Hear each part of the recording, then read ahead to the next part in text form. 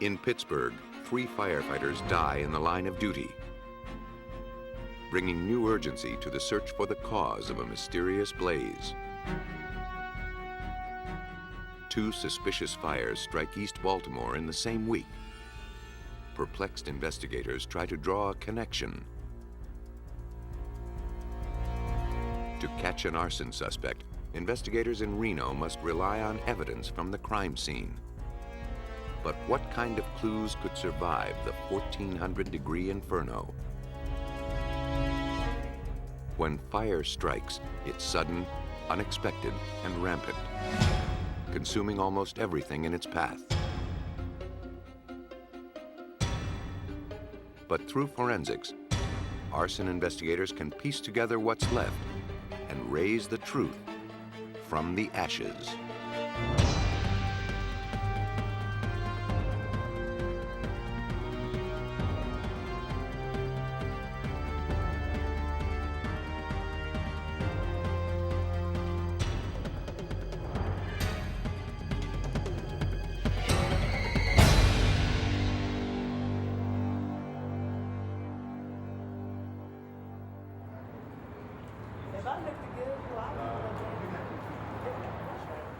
Some fires start purely by accident.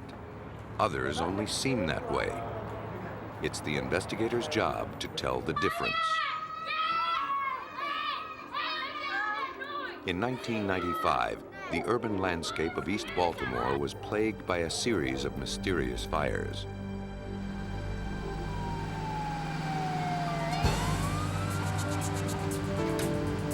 In July, firefighters arrived at 1311 Rose Street to find the row house completely engulfed. No one was living there, but the fire claimed 1 casualty. A vagrant had taken shelter that night in an upstairs bedroom.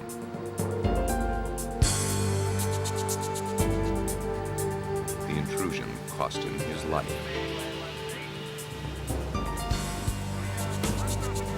The Rose Street fire was the second lethal fire in the neighborhood in days.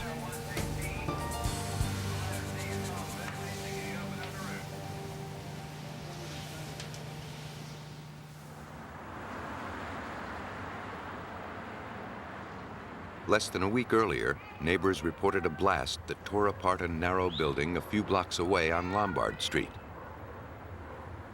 Bricks and debris flew 50 feet from the explosion. A woman who lived next door went into cardiac arrest as a result of the explosion and later died of complications.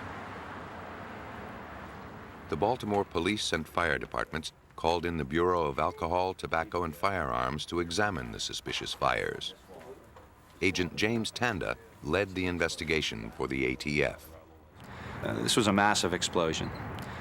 These are 3-story brick row homes on Lombard Street that are contained on both sides. This unit happens to be in the middle of the block, and when it exploded, the entire building collapsed, and the fire was devastating.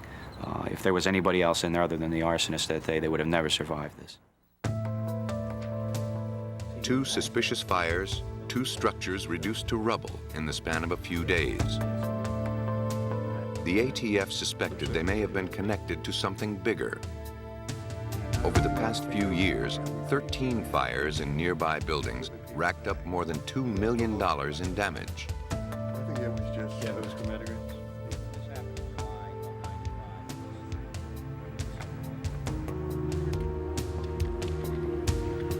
Now that fires had claimed 2 lives, the investigation took on new urgency. Any kind of odors or anything noticed?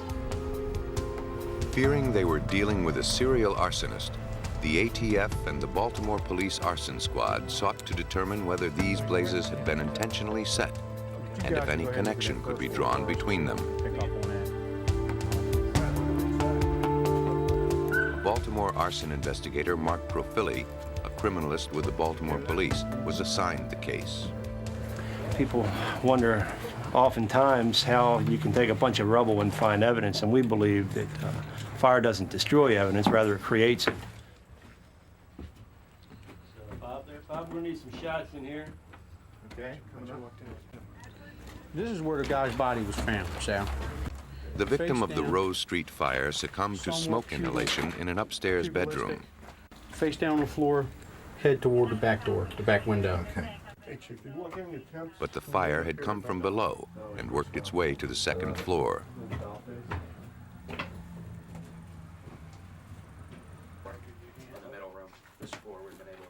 The investigative team's objective was to find out exactly where it started.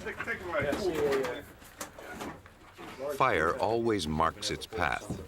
Smoke and burn patterns are the first clue at any scene. As the flames move through a building, they leave distinct patterns, which can lead a trained eye to the point of origin.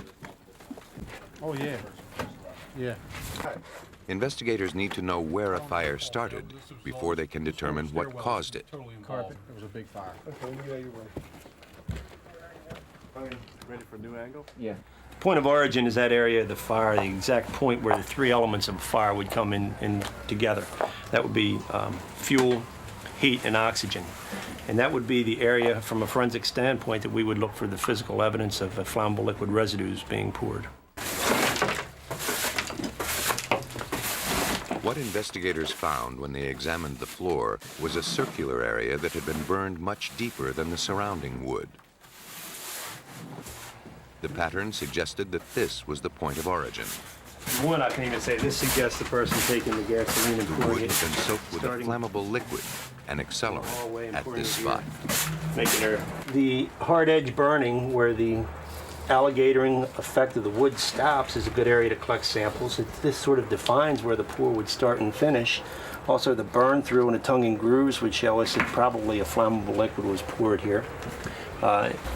What makes me believe even stronger that it's a flammable liquid is if you can follow, you see the damage when the floor comes around and goes out, spreads all the way across here, which to me suggests that perhaps our arsonist poured some flammable liquid, small amount here, walked towards the front door,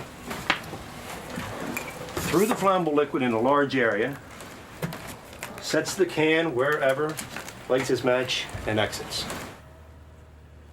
As the investigation continued at Rose Street, the ATF called in a specialist.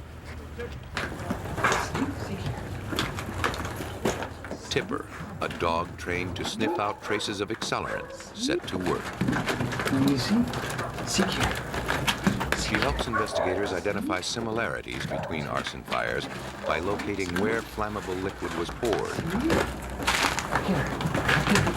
With a sense of smell 200 times more sensitive than the human nose, these dogs can pinpoint minute traces of accelerant. Where's it at? Find it. See here. See here. Good girl. See here. This drastically reduces the time needed to test samples collected randomly. Where's it at? Over here. Good girl. Good girl. Sneak. Come here. Get here. Get here. Here. When Tipper finds what she's looking for, she sits down and puts her nose onto the most saturated spot, Good work. Good work. That's good work. telling investigators precisely what evidence to gather.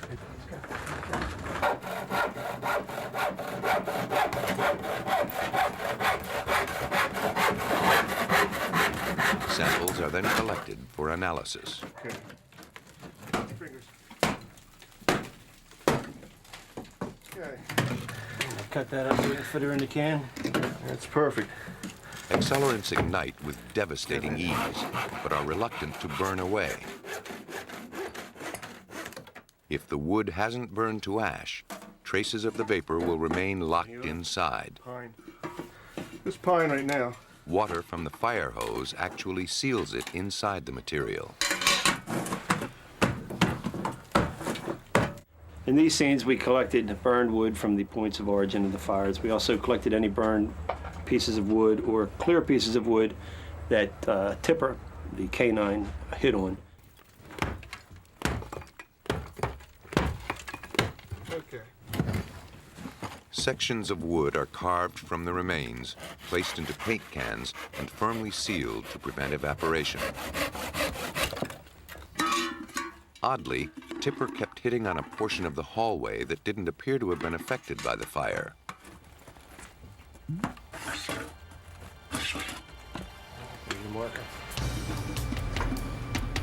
Samples from this spot were sent with the other samples to the Baltimore ATF lab.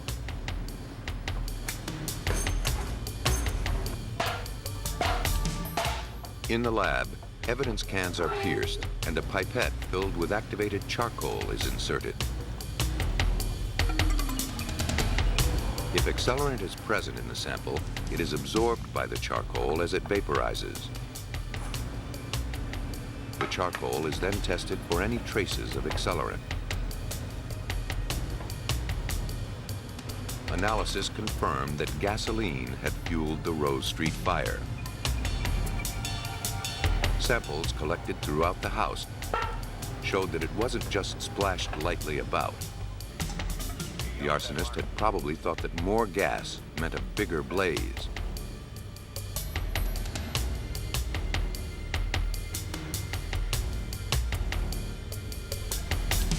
But that's not the way fire works.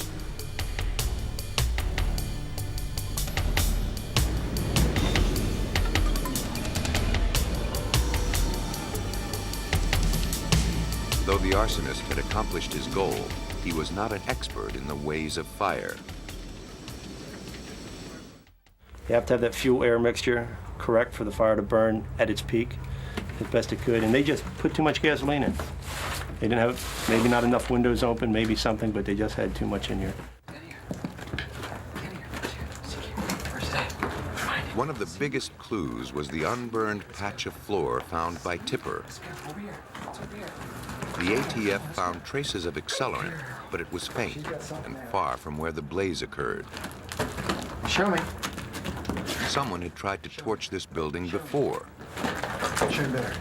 Good girl. Could Tipper's curious finding put investigators on the trail of an arson ring? Sneak, sneak. In the center room. Tipped off by their canine specialist, investigators discovered that 1311 Rose Street had burned before. Jim and I was on. 2 years earlier, the building's owner, Robert Milligan, had received several $1,000s on a fire insurance claim. Any money on this? No, not to my knowledge. Baltimore police interviewed Milligan, a businessman who owned and operated a number of low-income rental units. Serious as far as how? Well, it doesn't appear to have been normal. He told the investigators that the fires may have been set by his tenants, who were angry over recent eviction notices. Quite a coincidence. Meanwhile, an investigation into the explosion on Lombard Street indicated that it, too, was oversaturated with gasoline. But in this case, the gasoline was spread with a bug sprayer found at the scene. The high concentration of aerosol gas is what caused the explosion. That's where the dog hit up here. It seemed the arsonist had tried to refine his It technique. looked almost like a trail. The Baltimore Police Department's arson squad questioned residents, hoping to locate a suspect. Officer Sinclair, Baltimore Police Hi, Department. nice to see you. Are you telling them about what happened? Residents of Rose Street reported that they had been evicted just before the fire broke out.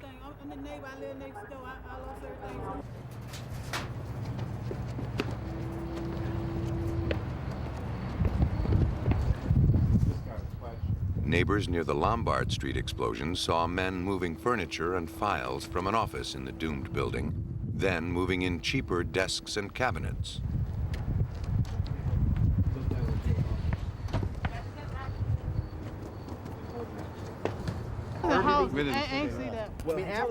The more questions the police asked, the more suspicious and similar the fires became. My house was on fire, just like you knocked on my door. It was on fire.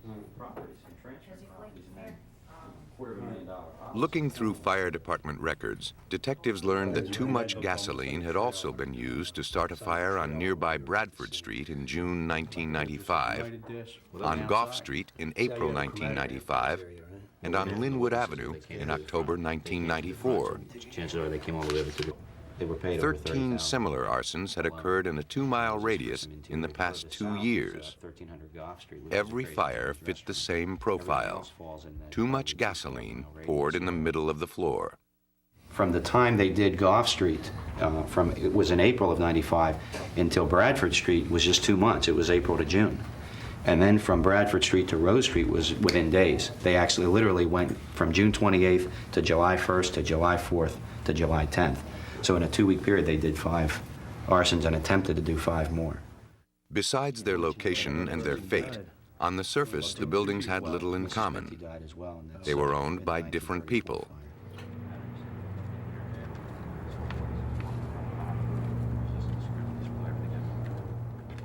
Months after the spree of fires ended, investigators hadn't closed in on a suspect, but they felt confident that all 13 arsons had been motivated by the same individuals. Now they had to find them. And what we tried to do was draw a link between this and all of the other scenes, and we were able to do that through their lab. We were able to find consistencies in how each one was initiated, as well as the accelerant that was used from scene to scene was all consistent. If this were an arson-for-profit scheme, it would take a massive paper chase to uncover it. Police and ATF started with a background check on Robert Milligan, owner of the Rose Street property. They learned he was in deep financial trouble. His businesses and rental properties were failing. His debt exceeded $60,000. Investigators researched every property that Milligan had ever owned. The names of known criminals kept cropping up as his business partners. The next step was to find out if any of these other men had buildings that burned. Using bank statements, corporate records, and fire department, police, and insurance reports, investigators slowly pieced together a string of insurance payoffs that linked Milligan and his business partners to all 13 fires.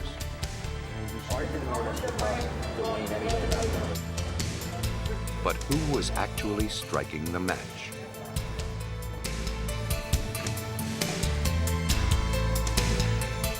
The investigation revealed that one of Milligan's business associates was recently imprisoned for robbery. Agents went to the Maryland Correctional Institution to interview him.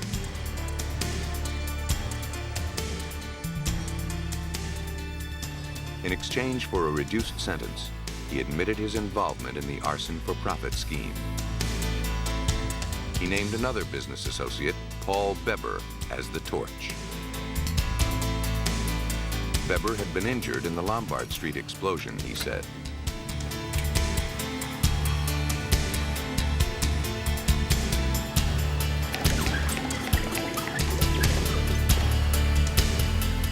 The informant told police that Beber had modified his usual pattern, using a bug sprayer to saturate the Lombard Street house. He thought it would be a quick job, but he underestimated its power and was temporarily trapped in the flames. Beber managed to escape and flee with the help of Robert Milligan's brother, Gary.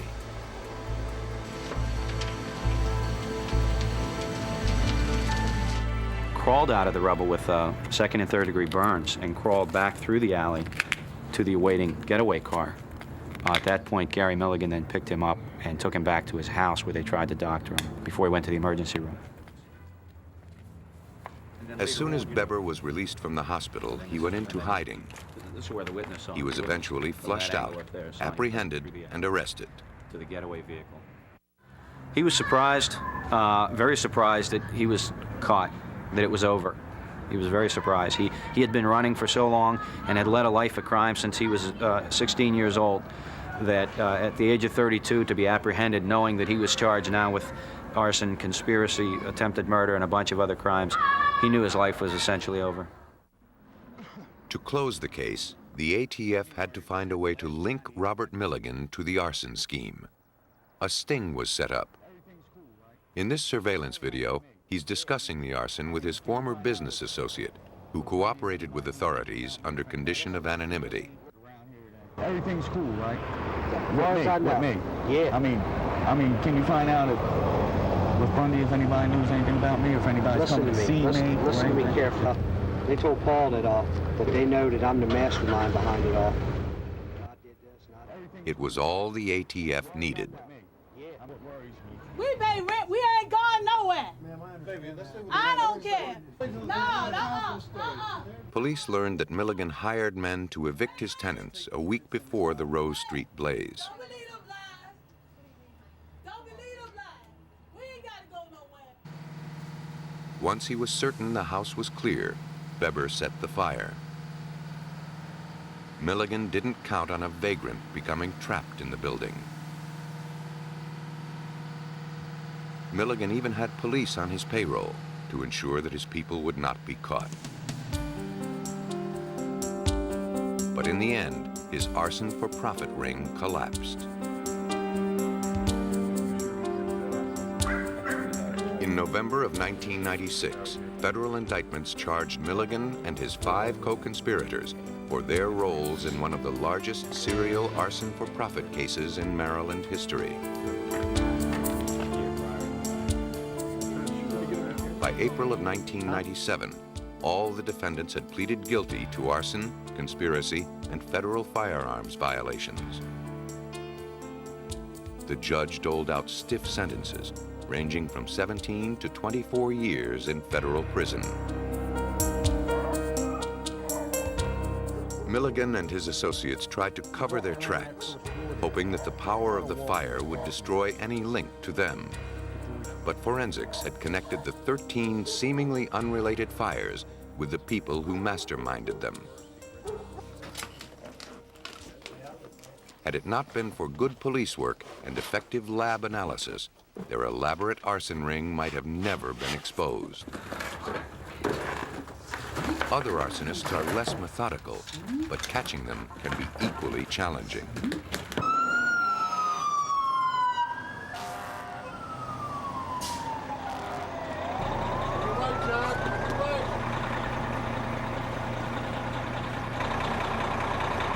On November 18, 1992, firefighters from the Reno, Nevada Fire Department were called to a large fire. The blaze tore through the Mental Health Medical Association building. It took firefighters more than 10 hours to conquer the blaze. The fire destroyed the 3-story building and the expensive medical equipment inside.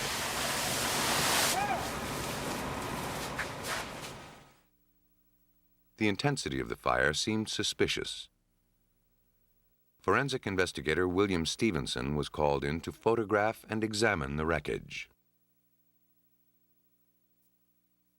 This would be one of the first photographs taken at the scene. It's an aerial photograph of the actual building itself. The area just to the west of this porch, or towards the residence itself, was the area that the fire investigators indicated was the possible point of origin for this fire. Once the fire had been extinguished and the building declared safe, Fire Inspector Bill Burney explored the aftermath. He suspected an accelerant had been used. And I thought it was highly unusual to have so much water on the porch to see flames burning on top of the water. A typical house fire burns around 800 degrees. But judging from the burn patterns and amount of damage, temperatures at the entryway reached 1,400 degrees.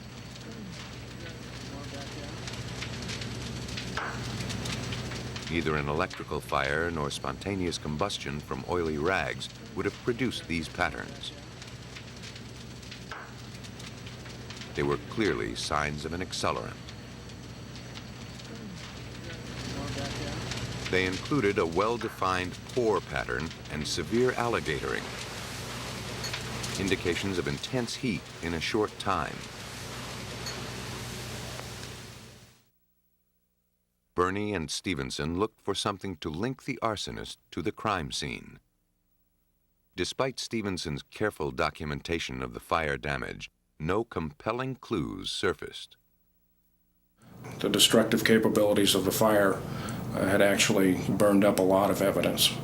And when I left the scene that day, we had virtually no physical evidence to connect a suspect to that scene. That wasn't surprising. The intensity of the blaze made it impossible for firefighters to enter the building, so the order came to flood it from the outside.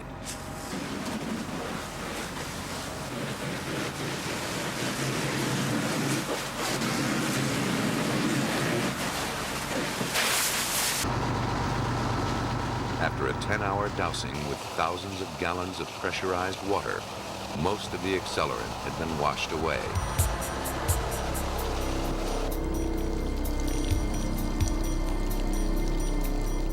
Investigators focused their attention on the front door, the apparent epicenter of the blaze. Near it was a shattered window.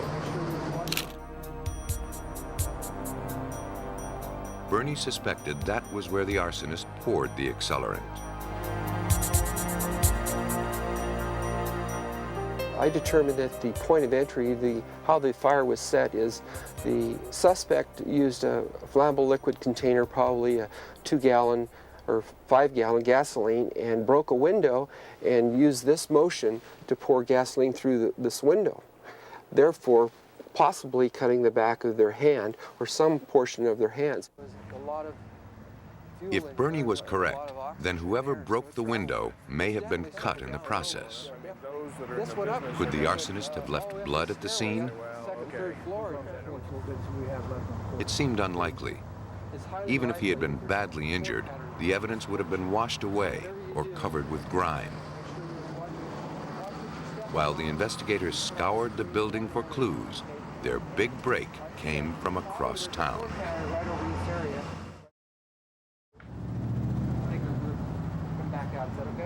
Investigators Bernie and Stevenson were frustrated by the lack of evidence at the Mental Health Association building in Reno. Fire started way down here low, so that's another indicator. But just as they finished their inspection, they learned about a shooting at a mental health facility in another part of the city.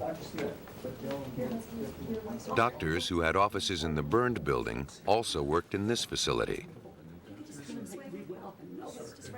From interviews with personnel, the investigators zeroed in on a suspect in the shooting, James Thomas Manassas, a 57-year-old cab driver who lived 5 blocks from the fire. His wife, a psychiatric patient, was institutionalized at the facility. If she's home with me. He believed that after 2 years, she was only getting worse. She has been making great strides. I want her to come home. Calm down. She has to come home with Growing me. frustrated, he directed his anger at the doctors, whom he considered responsible for his wife's decline. No, I'll take care of her. Calm down, sir. I will take You're care of upsetting you. your wife. He demanded that his wife be released, or he threatened to take matters into his own hands. Doctors refused. For nearly 2 years before the fire, Manassas continued pressuring doctors about his wife's care.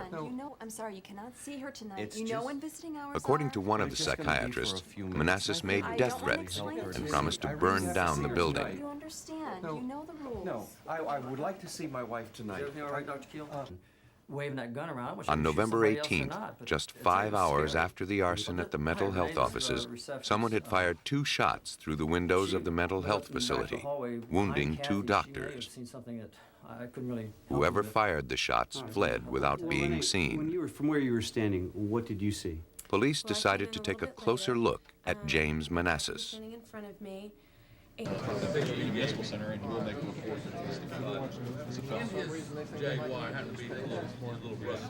Officers went to his house and found him bleeding heavily. Up on Cleveland Street. Both of his hands were severely lacerated. He was brought to police headquarters for questioning. Manassas claimed that he was wounded with a knife during a mugging the previous night. So you really... We went out to this location in order to try and verify the fact that he had indeed been attacked here. and look for possible physical evidence of that attack. When we arrived at the area, we did a very close examination, and we did not find any blood anywhere around this particular location. Look at that. Yeah, that's a nice picture there. It's a good shot of that. Armed with a search warrant, investigators returned to his house. They found a streak of blood on his car door and several spots of blood inside the vehicle. Kind of stuff here. In the house, they found that Manassas had made no effort to conceal the copious amounts of blood. Oh, we got some blood here. Get a shot of this.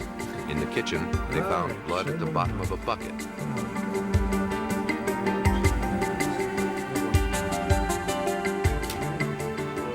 In the bedroom, they uncovered bloody pants and a bloody towel. Oh, yeah.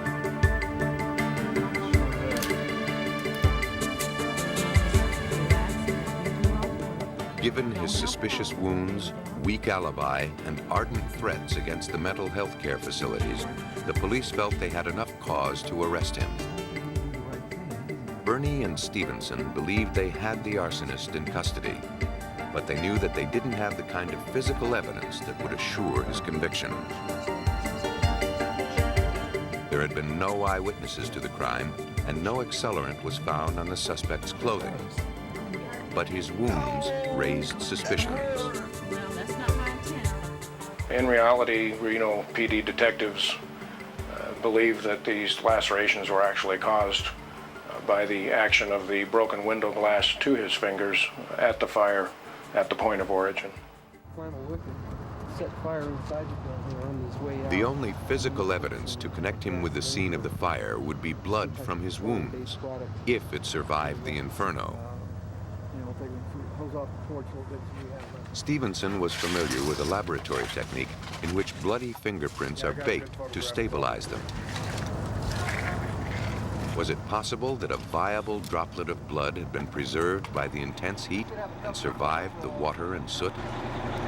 Right by his left foot all the way over to the door. It was a long shot, but at this point, it was all they had.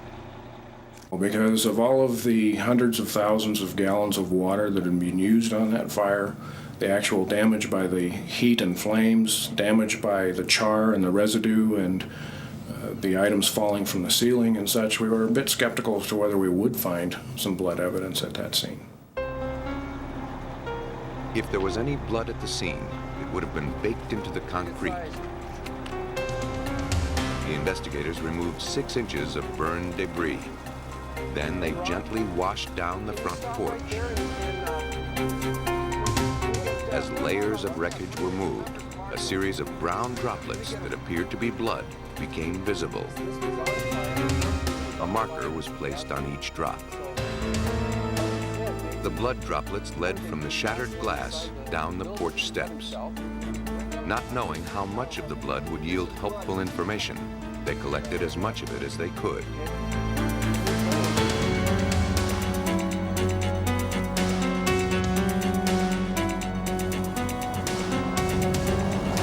Removing the samples wasn't easy. Normally, blood is collected with moistened cotton swabs, but these droplets were much less accessible. The team had to use a scalpel to scrape it from the concrete. The only hope of catching an arsonist was to find his signature in these charred flakes of blood. There it is. The blood samples collected from the burned steps of the mental health building were sent to the Washoe County Sheriff's Office crime lab for analysis. The serology department did a preliminary examination to confirm that the blood was human.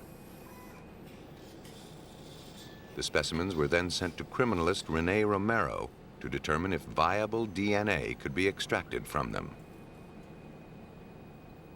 We really didn't expect to get results. The stains themselves looked like something that came from the bottom of a charcoal grill, and high heat to something that can ruin DNA. In fact, the heat had been very destructive. But despite temperatures in excess of 1400 degrees, Romero was able to extract DNA from 3 of the 11 samples.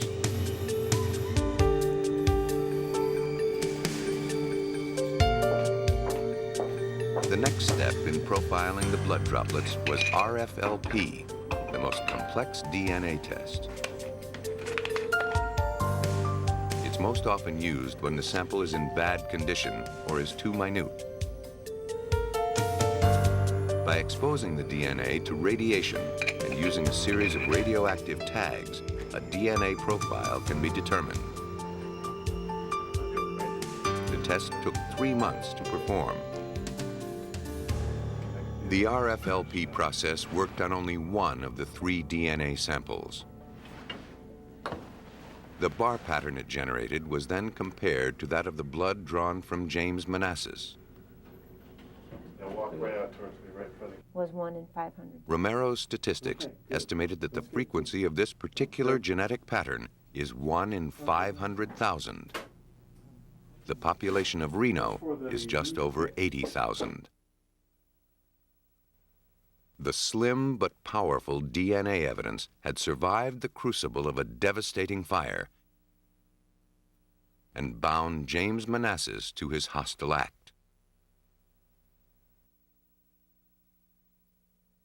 To Bernie's way of thinking, Manassas was a man who wanted attention for his crime and sympathy for his wife. It seemed like he was a man with an agenda. Basically, I think he was playing with us, or myself, to see how long he could prolong being arrested, and he wanted to be noticed. He was a vigilante. He wanted everybody in the world of the city of Reno to think that his wife, who was being treated at the mental health facility, wasn't being treated correctly.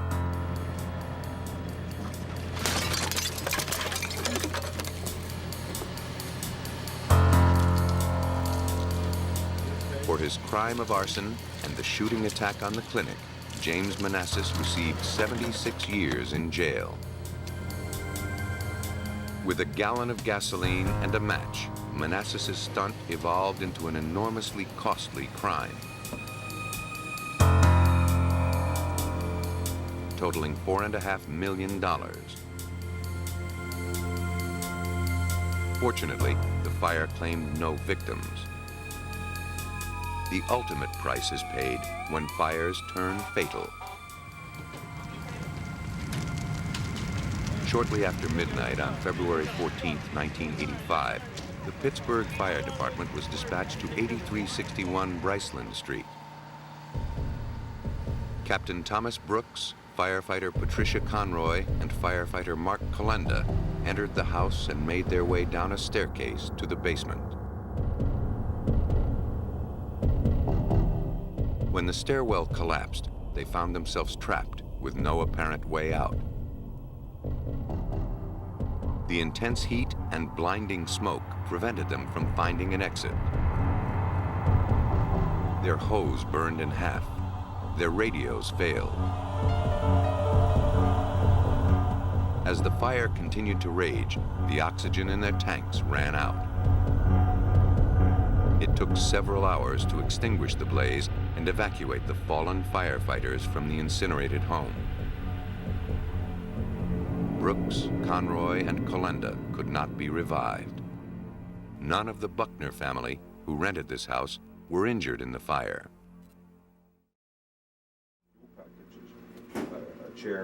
Because the fire turned fatal, the Pittsburgh fire inspector contacted the Bureau of Alcohol, Tobacco, and Firearms.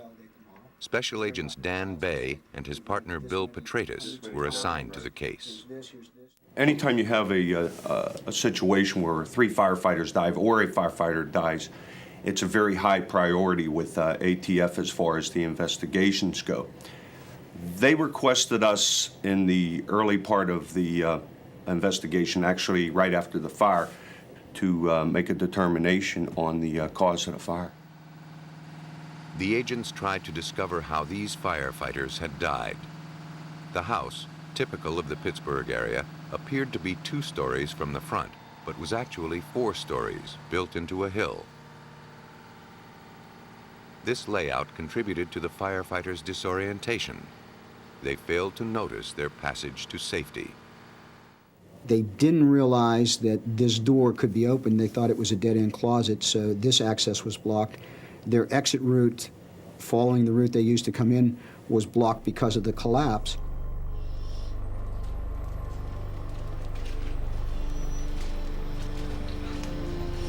Blinded by smoke, the firefighters felt around the walls, searching for exit windows. When they couldn't find any indentations, they believed they were trapped underground.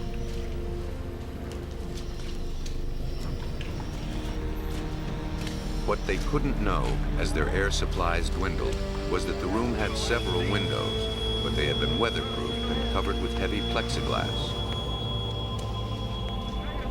The fire was too hot for other firefighters to come to their rescue, and there was no way to contact them. The 3 firefighters could not be saved.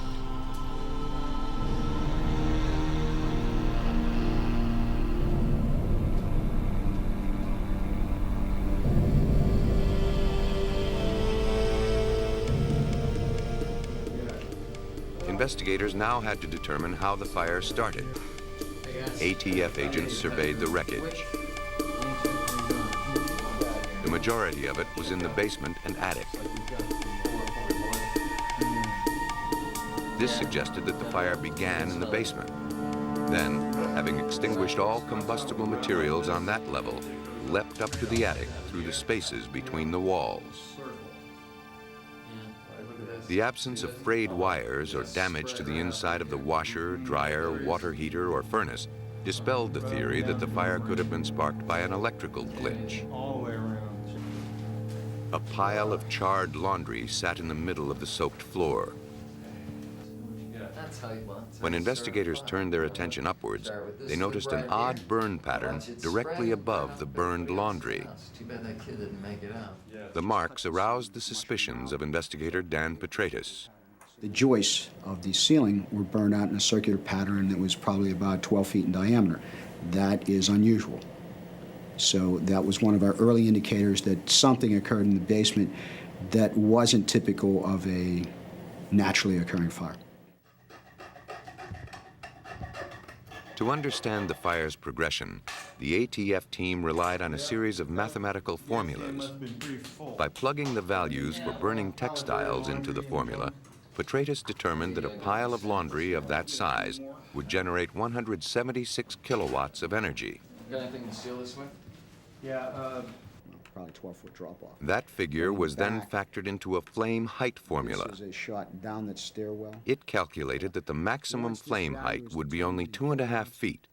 It can then be placed in other... The flame wouldn't even reach the ceiling, let alone leave such a large burn pattern. How we could have a fire that would extend... So when we look at a particular fire scene and we interpret the patterns, then the next question we ask ourselves is, does the fuel load that we find in this room have enough energy to create the patterns that we're observing? We need a flame height. Even if the laundry were piled up to the ceiling, it wouldn't create a great enough flame to mushroom out and ignite the joists simultaneously. But factor an accelerant into the equation, and the picture changes. The calculator says 1,300 kilowatts. By adding a single gallon of gasoline to the laundry pile, the flame height increases to 13 feet.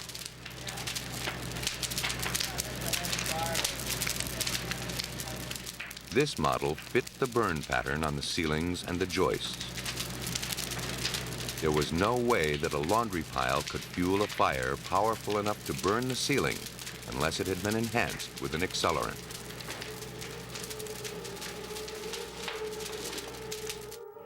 When we plug in a material that has the characteristics and energy of gasoline, then that particular material will create the patterns that we have observed. Petratus had located the origin of the fire and determined that an accelerant had been at work there. But collecting evidence to prove his case would be difficult. Burned shreds of laundry had been soaking in water for hours. The basement floor was made of concrete.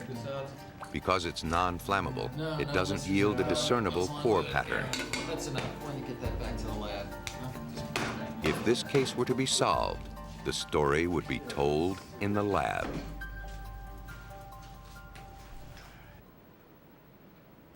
The ATF lab in Rockville, Maryland was called upon to analyze samples of laundry, wood, and some cement chips from the floor of the house that burned in Pittsburgh.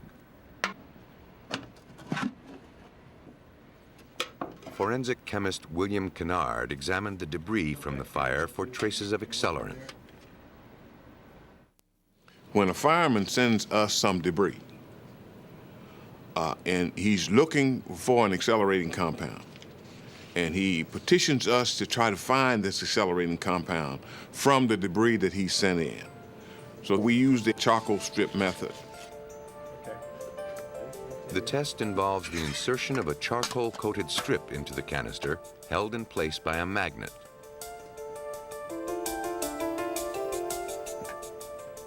The can is then heated to about 100 degrees Fahrenheit.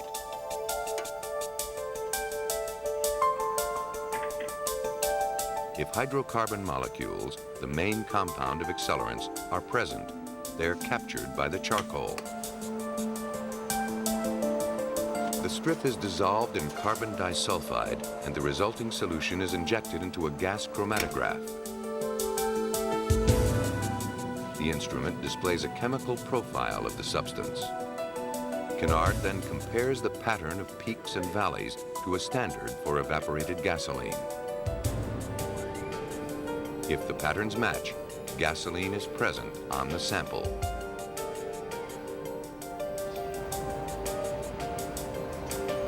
Kennard found remnants of the accelerant in 6 of the samples from Bryceland Street.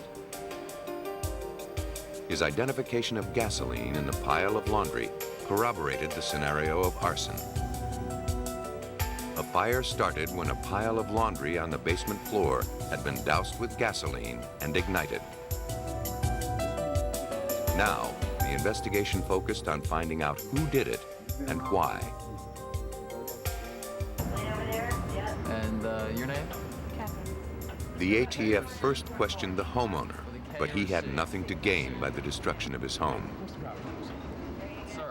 The ATF suspected that the Bryceland Street fire might have been gang-related, but that seemed a dead end. They then contacted Ronald and Darlene Buckner, who rented the house. The focus soon turned to the Buckner's daughter, Catherine. When we looked into her background, she had been involved with 2 other residents in the past year and a half that had basement fires. So she became a very strong suspect, and we considered her for probably 6 to 7 months of investigation before she was eliminated as the suspect. As they continued their investigation, the ATF learned that the Buckners aspired to buy a house. In the summer of 1994, Ronald and Darlene had gone to look at homes with several real estate agents. In October of that year, they inquired several times about purchasing houses, but were turned down each time because they couldn't afford a down payment. In November, after 5 years without coverage, the Buckners took out a renter's insurance policy on the Bryceland Street house. Only 3 months later, the house was gutted by fire.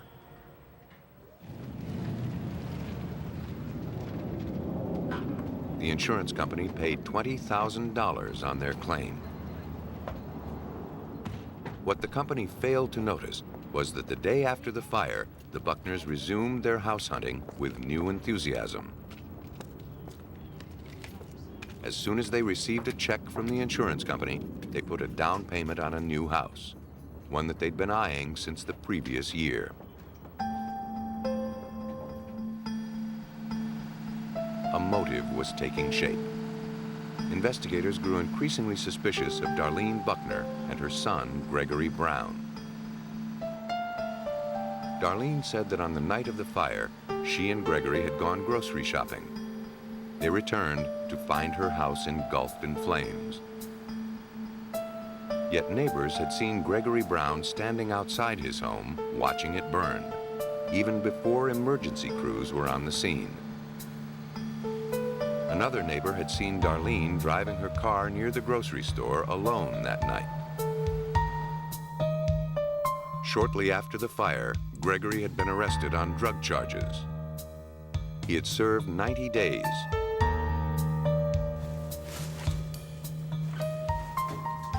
ATF agents interviewed his cellmates. They told the ATF that Gregory bragged about setting the fire that killed 3 people and landed his family in a new house.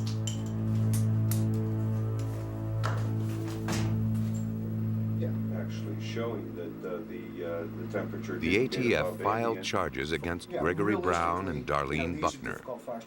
All the scientific evidence pointed to arson. Fire setters unleash a force far beyond their control. By dropping a match in a gasoline-soaked pile of laundry, Gregory Brown set in motion a chain of events that claimed 3 lives.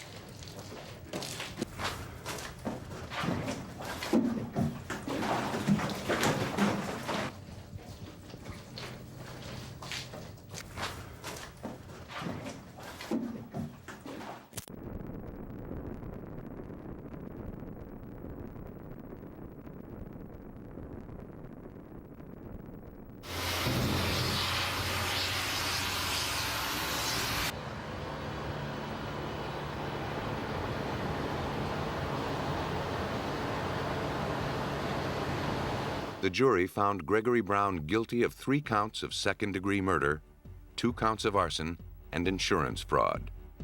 He was sentenced to 3 consecutive life terms in prison. Darlene Buckner was found guilty of insurance fraud, but was acquitted of the other charges. She was sentenced to 3 years and probation and fined $5,000.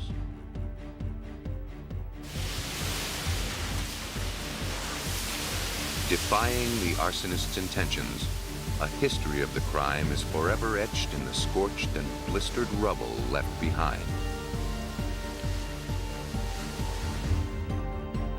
Through computer modeling, trained dogs, chemical analysis, and astute observation, forensic investigators are able to reconstruct the crime and read the story from its ashes.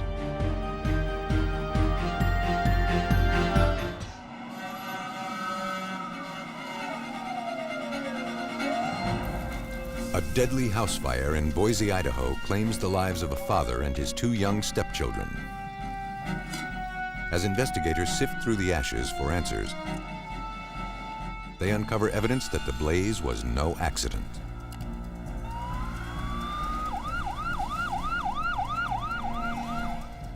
In Northern California, a man is reported missing, and all indications suggest a tragic accident is to blame. But a routine investigation soon exposes a web of deception, fraud, and possibly murder. When money is at stake, some predators will stop at nothing to exploit another's trust. But even the most complex schemes can't survive the scrutiny of those determined to find justice for victims who have been fatally betrayed.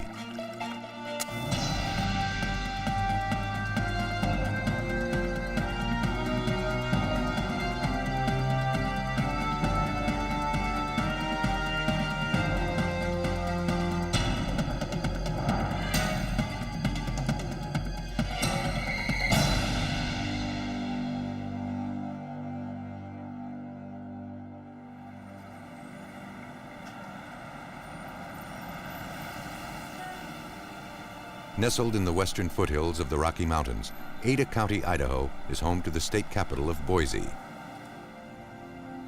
It is also home to some 400,000 residents who work, live, and play here. This is the fire department. In the pre-dawn hours of February 10th, 1992, emergency dispatchers received a 911 call. A man reported that his house, a 2-story duplex, was on fire. And he believed a family of 4 who shared the house was still trapped inside.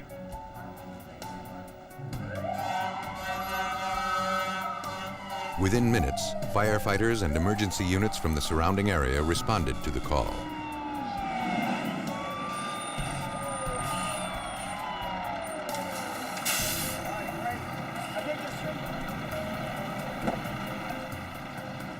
fire and smoke consumed the duplex.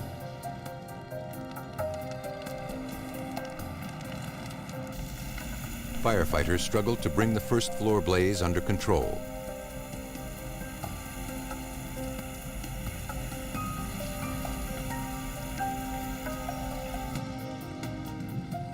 Rescue workers fought their way through the flames and thick smoke to see if anyone had been trapped inside. In a second-floor bedroom, they discovered a man lying motionless on the bed.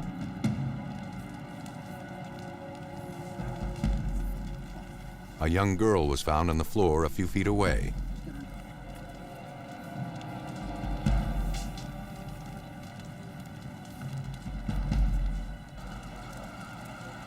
As the search continued, firefighters recovered the body of a young boy in a nearby bedroom. All of the victims were rushed outside for treatment.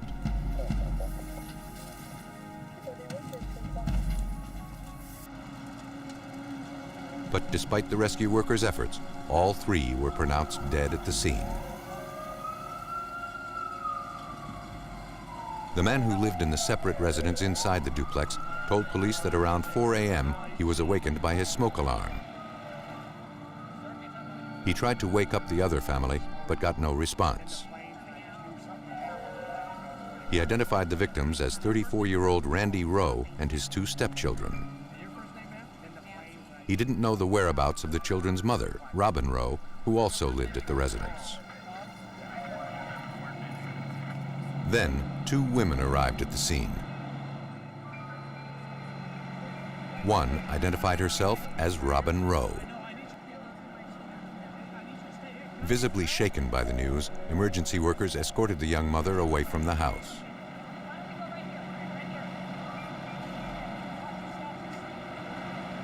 Her friend, Joan McHugh, told police that Robin had fallen asleep at her house earlier that evening.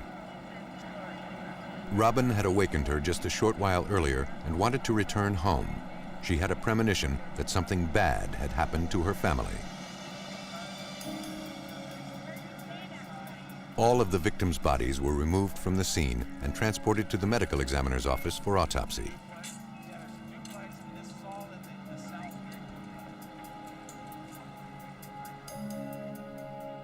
Now, Fire Marshal Doug McGrew began looking for clues to tell him how and why the fire started. We started looking into the ignition source of the fire by doing, like we do on all fires, we do an exterior walk around of the building, we look and see where the least damage is, we go there, and we start working towards the areas where the most damage occurred. Once we get into that area, then we start digging down through and layering through the debris and trying to determine exactly what ignited the fire. Almost immediately, investigators made a strange discovery. The circuit breaker that controlled power to the family's smoke alarm was in the off position. But that did little to explain how the fire started. And because the damage was so extensive, finding those answers would take time. Within hours, autopsies were performed on Randy Rowe and the 2 children. The medical examiner found lethal amounts of soot and carbon monoxide in each of the victims' lungs and mucous membranes.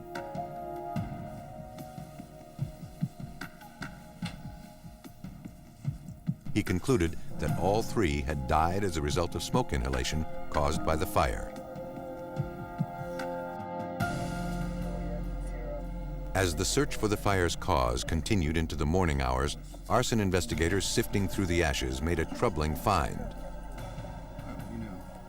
On the carpet and in a charred pile of laundry, they discovered burn patterns suggesting a flammable liquid had been poured over the area. And the spot was just inches away from vents that circulate air throughout the residence. Investigators collected several pieces of the charred remains for further analysis. All indications were pointing to arson. And that suggested that the fire that had claimed the lives of the 2 young children and their stepfather had been intentionally set.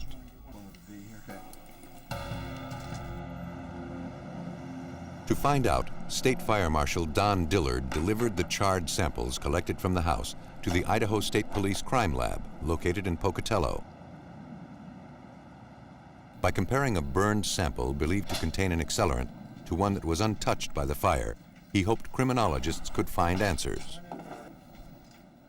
What I've asked our criminologists to do is to compare the two, what we feel the one to be evidence, and then the one we feel probably doesn't have any kind of an accelerant on it, and she compares those two, and by doing that, hopefully comes to the conclusion that there either is or isn't an accelerant involved in the case. Forensic examiner Susan Williamson began testing the samples for the presence of an ignitable liquid.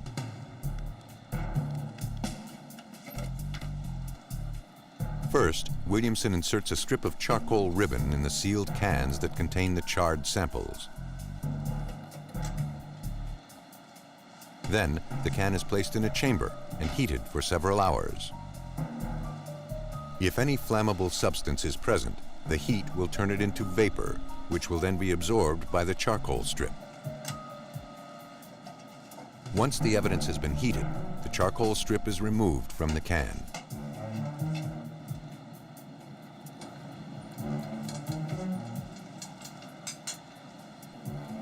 To transform any trapped vapors back into a liquid, solvents are then added to the strip.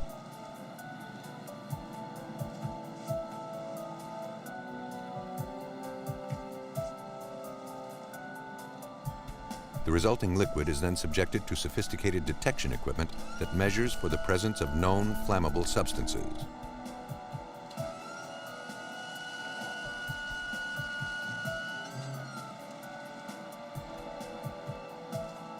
When the process was completed, Williamson analyzed the results.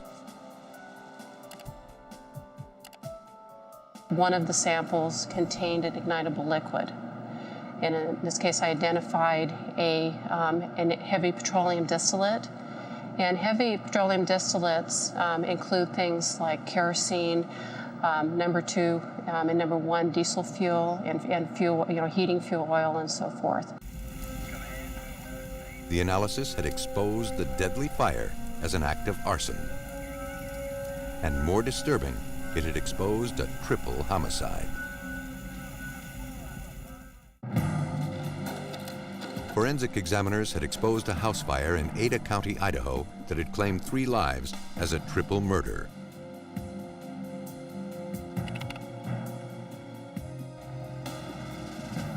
The findings were passed on to homicide investigators. Looking for answers, detectives turned to Robin Rowe, the wife and mother of the 3 victims. When asked why she wasn't at the residence on the night of the fire, Robin explained she had been staying at her friend's house. Over the past few months, her marriage had been falling apart. Well, that was the strange thing. In fact, Robin believed that her husband Randy might have intentionally set the deadly fire.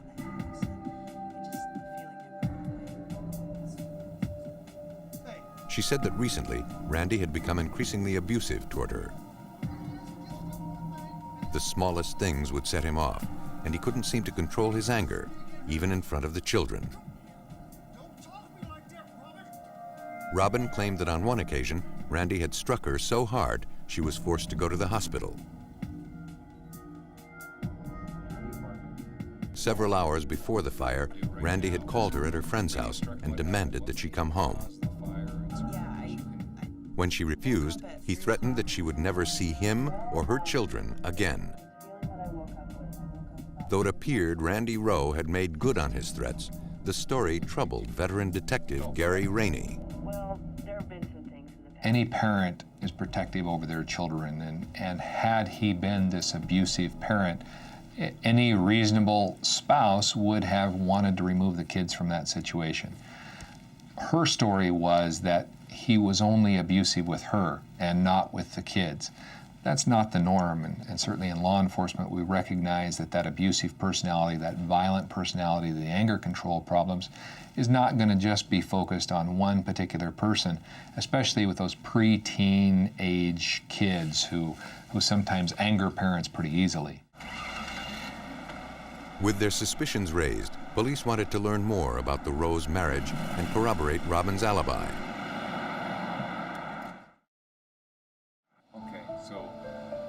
They began with Joan McHugh, the woman who had been with Robin at the time of the fire. Well, there was some abuse problems. Because of Randy's abuse, Robin, she said, had been staying with her. That night, Robin had fallen asleep on her couch around 11 p.m.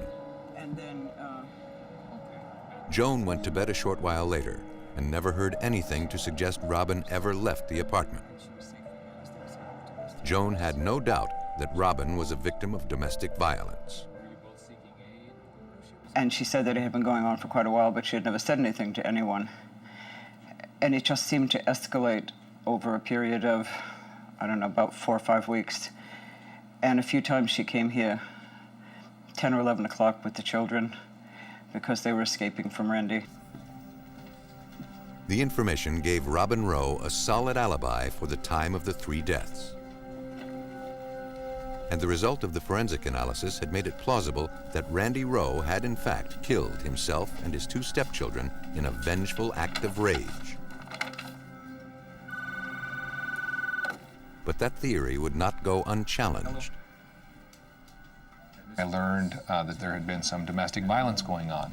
But then as a couple other people called, and I learned that there wasn't domestic violence going on according to them. And so it just started not adding up very well. To learn more, police brought in Randy Rowe's sister to answer questions. Any signs that Robin or the kids were the victims of any kind of violence, any bruises by anybody? She didn't believe that Robin was the victim of domestic violence, as she had portrayed herself to be. Ever any discussion? Though Randy and Robin had begun to fight more and more, he was not a violent person. The kids were Randy's life. His sister knew that he never would have harmed them. And according to the sister, Robin treated Randy as little more than her kid's babysitter. As a result, Randy talked openly about the possibility of divorce. But he loved the children as if they were his own.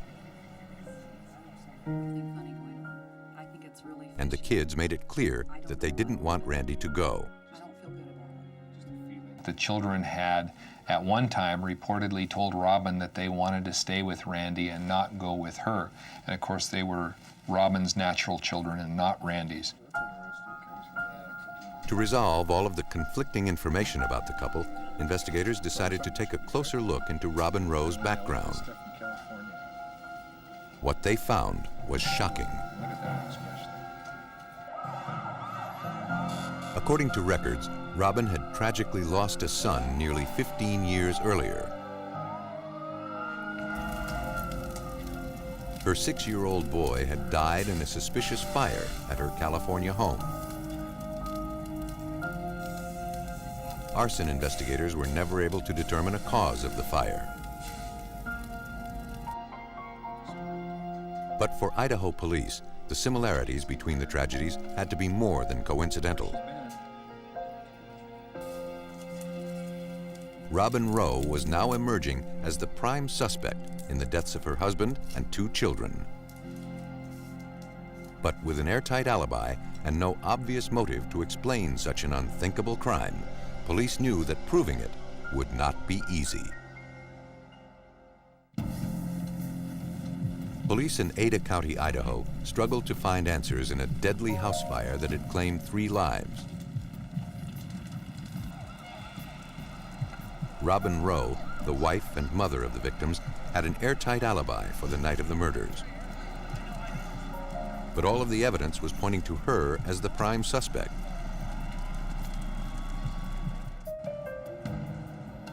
What investigators needed was proof.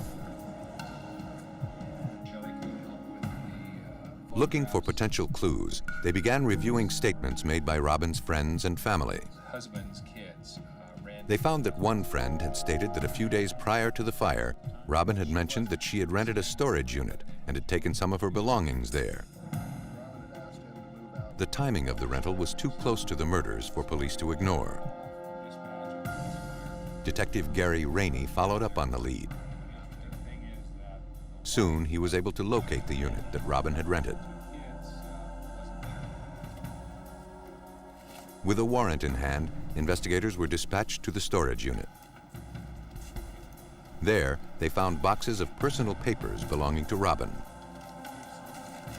Among the items was an envelope filled with several $100s in cash and bingo receipts from the YWCA where Robin Rowe worked.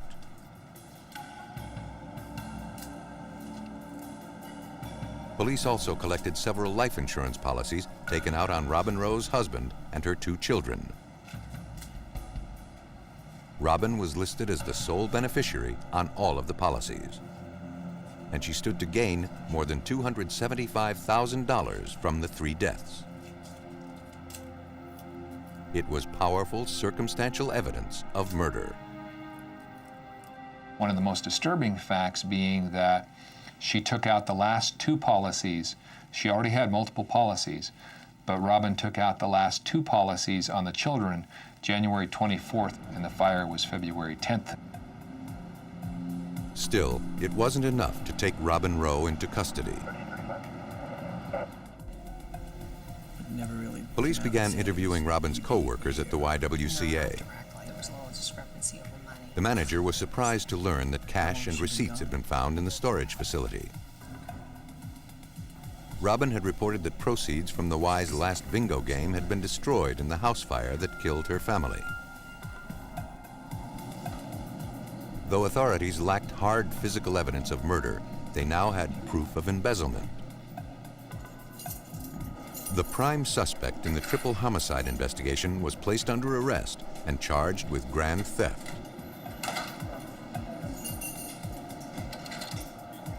But police were a long way from proving that Robin Rowe was a cold-blooded killer. Hoping to generate a lead that could destroy her alibi, details of the crime were released through the media. A short while later, police got a tip. A local newspaper delivery man called and told police that he remembered something unusual on the night of the fire. He said that while making deliveries around 4 a.m. that morning, he saw a car driving away from the duplex.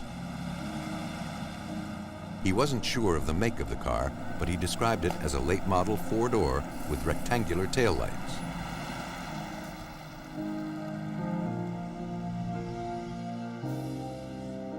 Detective Ken Smith asked the delivery man to come down to the station. We had, prior to his arrival at the sheriff's office, had arranged to have vehicles similar to Robin Rowe's vehicle in the back lot, and Robin Rowe's vehicle was in the back lot. We walked him into the lot and asked him to look for vehicles that, or look and see if there were any vehicles that matched the description of the vehicle that he had seen in the subdivision on the morning of the fire. When he observed Robin Rowe's vehicle, he immediately pointed to that vehicle and stated that it was the same body style, same color, and resembled the car that he had seen. You sure? Definitely. The witness had placed a car similar to Robin Rowe's near the crime scene just a short while before fire consumed the duplex. Detectives still had to overcome a major obstacle. Robin's friend, Joan McHugh, had provided her with a solid alibi for the time of the homicides. Though police didn't think Joan was lying, they theorized that Robin had managed to slip out of the apartment undetected. Detective Gary Rainey was determined to find out. I devised a scenario to try to prove or disprove Robin's presence in the apartment, and that was to have Joan confront Robin with the idea that she got up in the middle of the night, 3:30 in the morning, which was the time that we knew about when the fire started, that Joan would tell Robin that she came downstairs to get a drink of water and Robin wasn't there. When contacted, Joan McHugh agreed that the next time Robin called her from prison, she would tell her the false story and record the conversation. Joan was only too happy to cooperate. I'm sure, I really shouldn't speak for Detective Rainey, but I'm sure that he believed that somewhere in the phone calls she would absolutely destroy all of her alibis.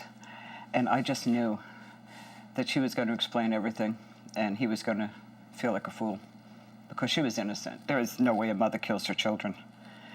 And so I agreed to tape the phone calls. On the evening of February 20th, Robin called Joan from prison. There's something that I have to talk to you about. That morning, I came downstairs, and you weren't here, Robin. Where were you? Yeah, I know. I went outside. It wasn't the answer she expected.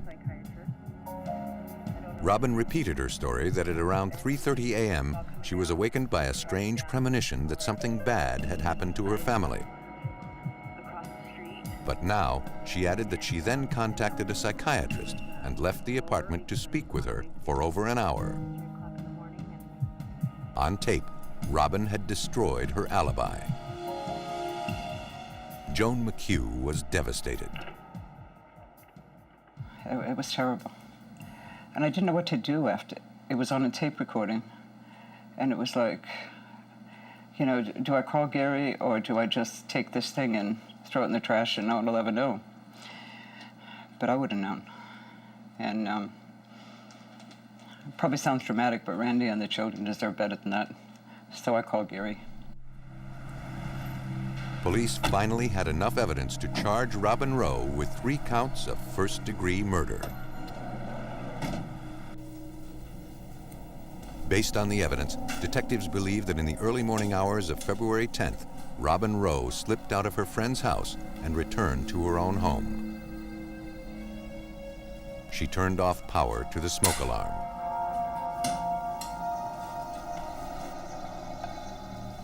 Then, driven by a twisted desire to cash in on her family's life insurance policies, she placed a pile of laundry near the air vents and set the deadly blaze.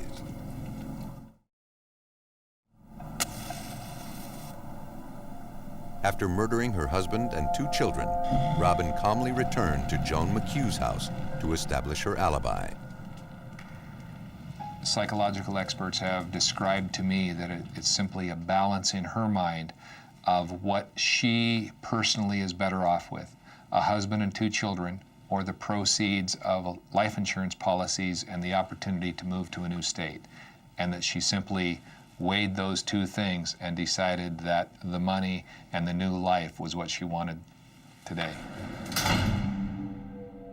Robin Rowe was convicted of arson and 3 counts of first-degree murder in the deaths of her husband, Randy, and her 2 children. She was sentenced to death. Idaho police had to reconcile conflicting information to find the truth. In California, detectives must follow a complex maze in order to expose a murder. Known for its temperate climate and lush farmland, Yolo County, California offers a quiet rural lifestyle, miles outside the state capital of Sacramento. But residents there are no strangers to tragedy.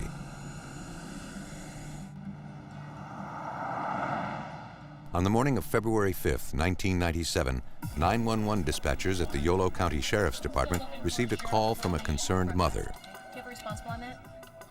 She feared that her son was missing. Deputies responded to the home. Patty Howard told the officer that she hadn't seen or heard from her 18-year-old son, Nick, since the previous evening. Patty said that the night before, Nick had helped her close up the auto body shop that the Howard family owned. As they were leaving, Nick said he had to retrieve a wallet he had left behind at a nearby restaurant. He told his mother he would be home in a couple of hours and said goodbye.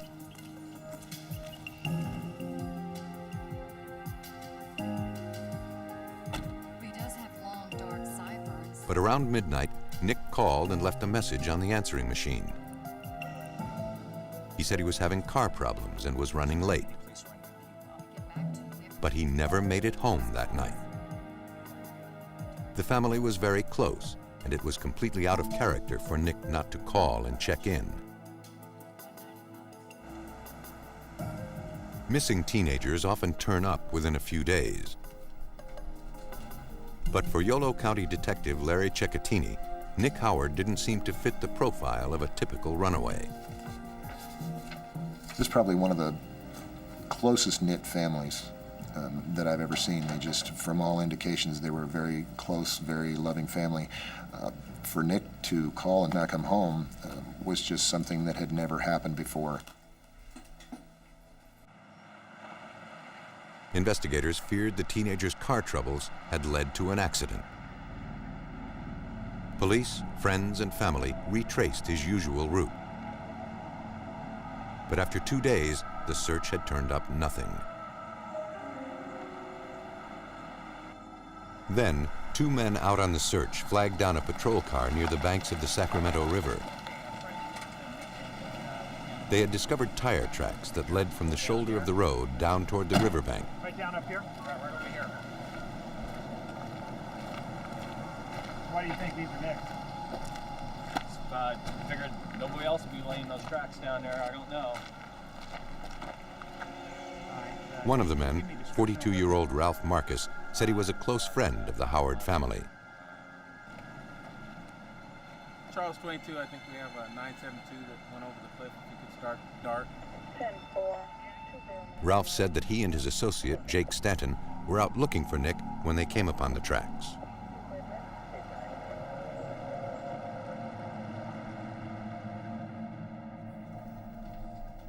Unsure if the discovery was related to Nick's disappearance, Detective Cecchetini was contacted. He knew that stretch of highway well, and the news was not encouraging. That's what I was thinking. This strip of roadway is a winding strip of river road. There are no guardrails on our county side. Quite frequently, inattentive or sleepy drivers do go into the river.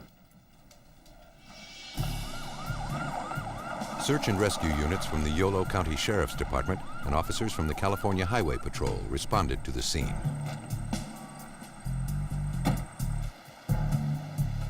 The team followed the tracks down an embankment. They led to the water's edge and then disappeared into the river. Members of the Yolo County Boat Patrol and rescue divers began scouring the river.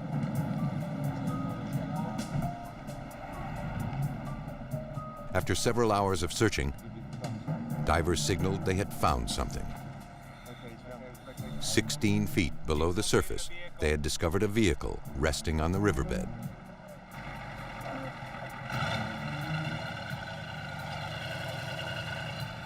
A tow truck pulled the car from the muddy river. The vehicle matched the description of the one driven by Nick Howard.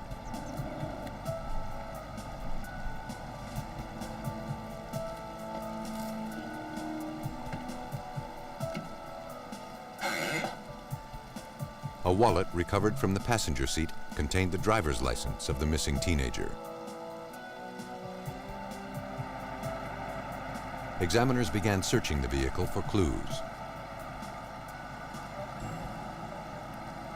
On the floorboard, they found Nick's prescription eyeglasses. They were bent, as if his head had violently impacted the dashboard or the steering wheel.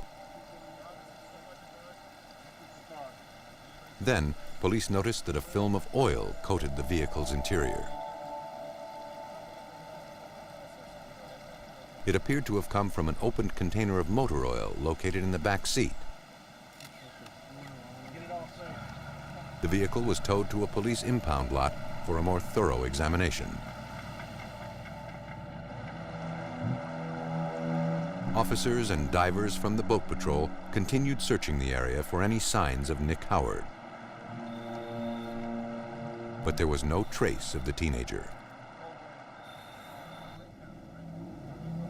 And if he was unconscious and not wearing his seatbelt when he went into the river, the powerful currents had likely carried his body miles away.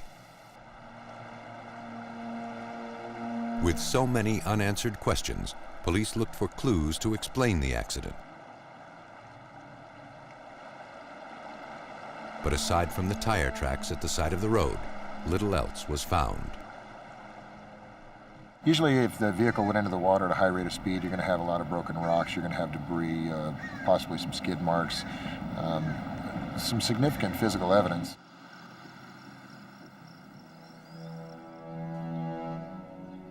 As the investigation continued, detectives received some unexpected information. Nick Howard's family had handed over some papers they found while going through his room. One was a life insurance policy in the teenager's name that was worth $850,000. There was also an uncompleted change of beneficiary form that listed Ralph Marcus, the man who had discovered the tire tracks at the river, as the new beneficiary. Police were surprised that someone as young as Nick Howard would have such a large insurance policy.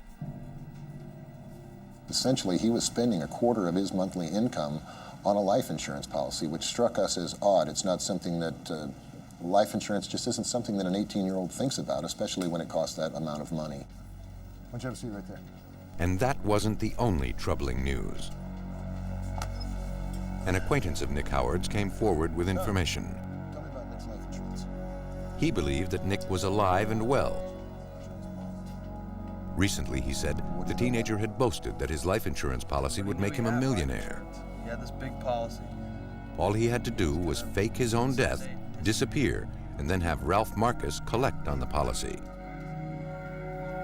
A polygraph test later confirmed he was telling the truth.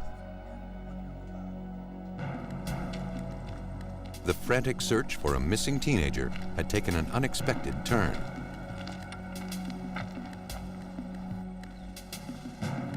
Now, investigators had to consider that Nick Howard had staged the auto accident and his own disappearance. To find out, police enlisted the aid of the California Highway Patrol's Accident Reconstruction Unit.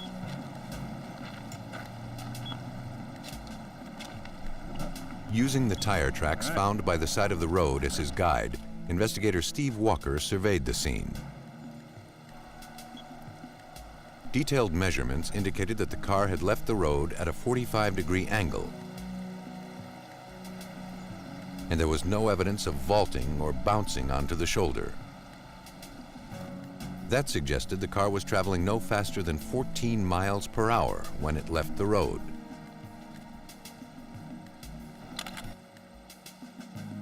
It was unlikely that a sleeping or inattentive driver had caused the vehicle to end up in the river. And there was no evidence suggesting that a collision had taken place. There was no debris, there were no fluids stains on the roadway. There was nothing that you typically see in a traffic collision. It was very, very anomalous. And it likewise fit the idea that the car had not departed from the roadway in a violent manner, that it was set up to leave the roadway in a more controlled manner. Police next examined the engine of Nick Howard's car, looking for any mechanical problems that could explain the accident. Almost immediately, they found a clue. A plastic bottle cap had been intentionally wedged into the engine's throttle, holding it open. And the cap had originated from the opened container of motor oil recovered from the vehicle's interior. With their suspicions raised, police turned to auto expert Charles Radford of the California Highway Patrol.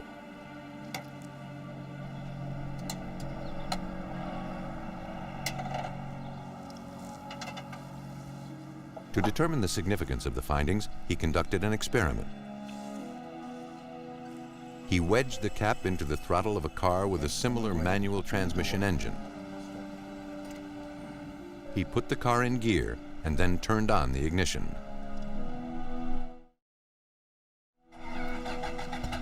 The engine revved up to 6,000 RPMs and then lurched forward. And we could get speeds in second of as high as 20 miles an hour, and in fourth gear it was approximately 15 miles an hour within a 100 to 150 foot range. What this shows is that it would be very easy for someone to be able to take a car and put it in the river by use of an oil bottle cap. All of the evidence police had gathered now led them to believe that 18-year-old Nick Howard had in fact staged his own disappearance.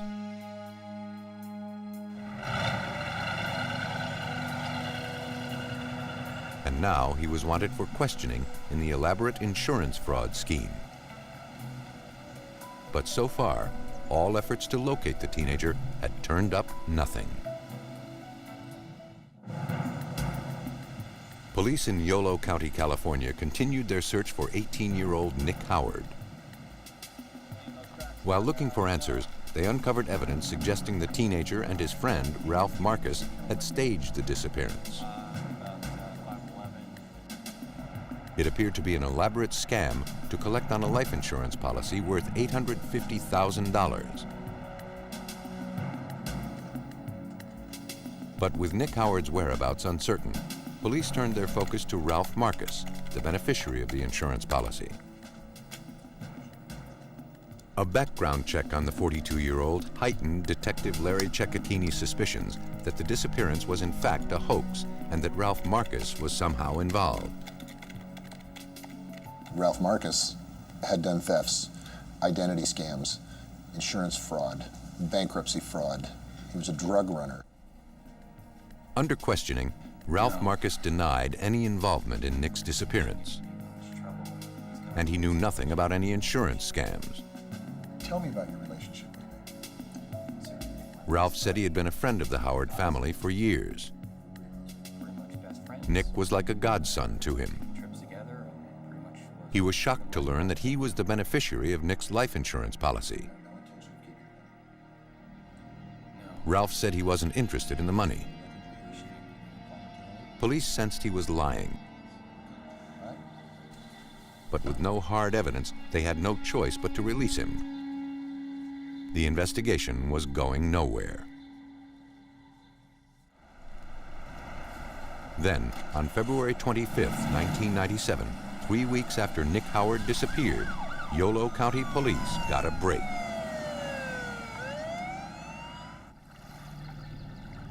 But it wasn't one they had expected. A man fishing on the Sacramento River had called police after discovering human remains. Less than a mile from where Nick Howard's car was found, police recovered the partially decomposed remains of a young man. The victim, found with a single glove on his right hand, matched the description of the missing teenager. And dental records later confirmed that Nick Howard had finally been found. With no obvious cause of death, the body was transported to the Yolo County Coroner's Office.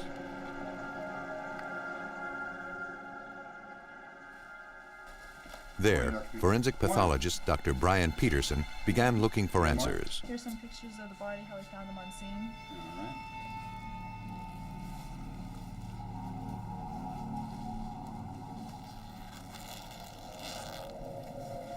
A close examination of the glove and the clothing indicated that no traces of motor oil were present. And that suggested the victim was not in his car when it went into the water. For Detective Cecchetini, the findings didn't make sense. A couple of things just didn't add up. For one, the body was wearing one glove, which we thought was somewhat unusual. I remembered that the car was coated with motor oil when we initially located it, but yet there were no traces of motor oil on the clothing. Granted, he'd been in the water for some time, but the traces of motor oil are not going to be entirely washed from the body. Dr. Peterson next looked to establish a cause of death. Fluid found in the victim's lung suggested Nick Howard had drowned. But there was also something else. Additionally, there were changes consistent with manual strangulation, bleeding inside the muscles of the neck. Nick Howard had been murdered. For the Howard family and for investigators, the discovery was devastating. In addition to the tragic loss, it was now clear that Nick Howard had not staged his own disappearance. and Ralph Marcus was now the prime suspect in his death. Now we have a body. We've pretty much determined that the body was not in the car when it went in. We have an $850,000 potential life insurance payout, and we have the beneficiary, and we're doing everything that we can to make sure that we get to the bottom line on this and get to the truth of what happened. Police contacted the insurance agent in nearby Sacramento who handled Nick's policy. According to records, Nick came in a few weeks before he disappeared requesting that Ralph Marcus be named the new beneficiary. But he didn't have all of the correct paperwork, and the change was not completed. But Nick didn't seem to understand, and the agent believed that he left that day convinced that his policy had in fact been updated. In the insurance agent's opinion, when Nick left, he was under the impression that the change was completed and that Ralph Marcus was the beneficiary. Though incriminating, the information fell short of the smoking gun investigators would need to prove murder.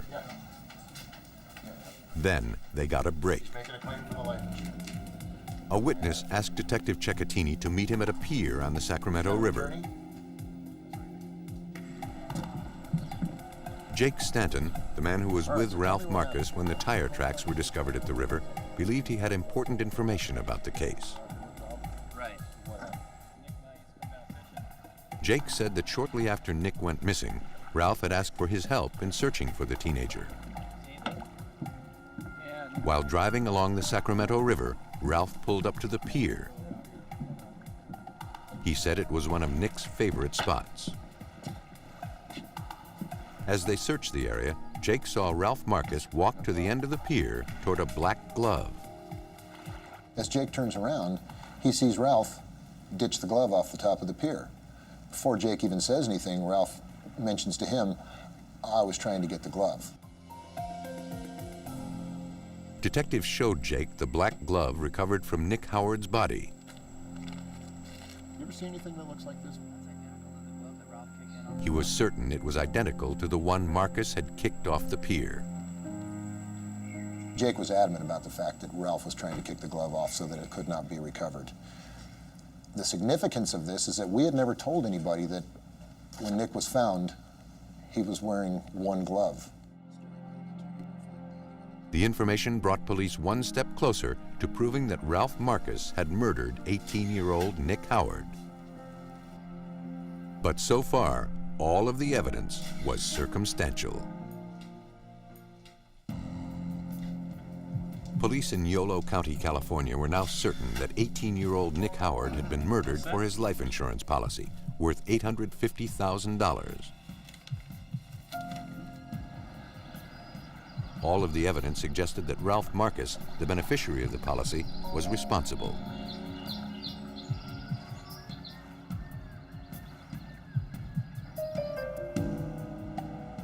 The suspect was brought in for another interview. Police showed him the black glove that had been recovered from the victim. Though witnesses saw Marcus kick an identical glove into the Sacramento River, he claimed he hadn't seen one like it before. Marcus continued to insist that he had no knowledge of Nick's life insurance policy and was in no way involved in his death.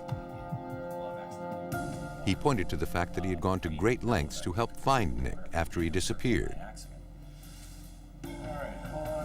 But detectives believed that Ralph Marcus had only done that in order to divert attention from himself. Thank you very much. Authorities obtained a warrant to search the home Ralph Marcus shared with his mother. There, they found several documents relating to Nicholas Howard's insurance policy. And Marcus was in the process of filing a claim for the $850,000. The suspect was well aware of Nick's life insurance policy, something he had repeatedly denied. He was placed under arrest and charged with first-degree murder.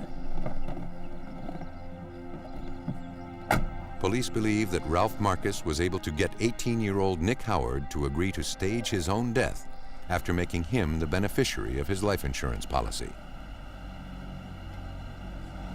But Marcus never intended to split up the money. Once the plan was in place, he beat and strangled the teenager, then tossed him into the river to die.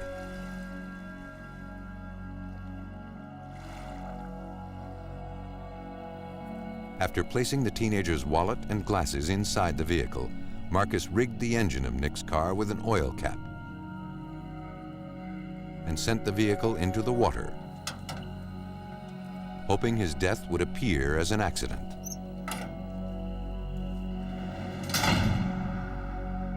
Ralph Marcus was convicted of the first-degree murder of Nicholas Howard and sentenced to life in prison. Greed and self-interest can be strong motivations for murder. And when the killer is cunning, the truth can be elusive. But detectives and forensic scientists are dedicated to finding justice for unsuspecting victims who have found themselves betrayed.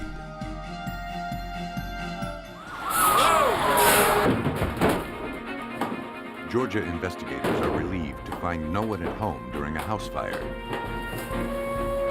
But as forensic examiners know, first impressions can be deceiving.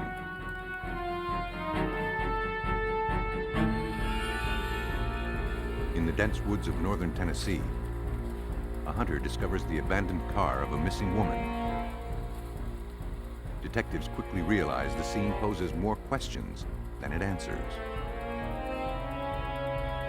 Although investigators routinely rely on first-hand accounts and physical evidence to piece together clues, there are times no such clues are apparent. It is these times when science acts as eyes, leading law enforcement to answers. When forensic science takes the place of an absent witness.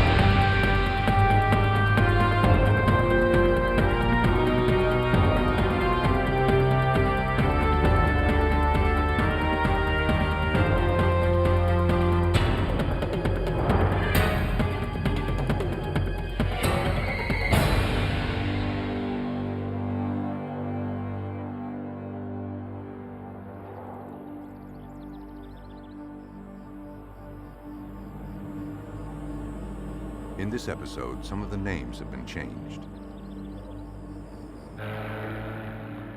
The Savannah River is at once both tranquil and mighty.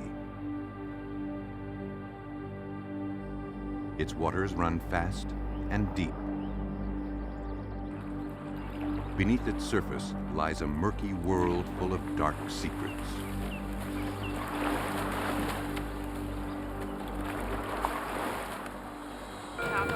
On August 15, 1998, the Richmond-Augusta County Fire Department in Augusta, Georgia, responded to an urgent 911 call. A house on Elizabeth Drive was on fire.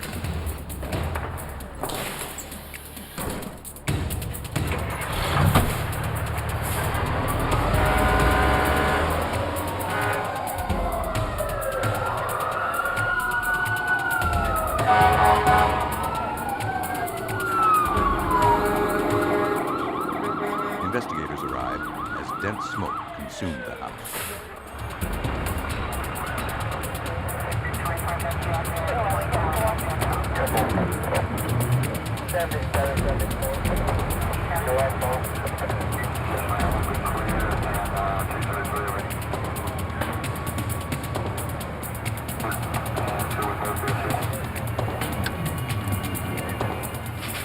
They scrambled to bring the fire under control.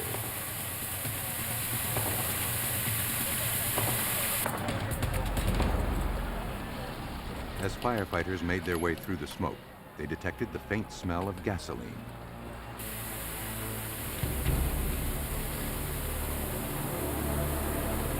They hurried to find anyone who may be trapped inside. There were indications the fire started in the foyer.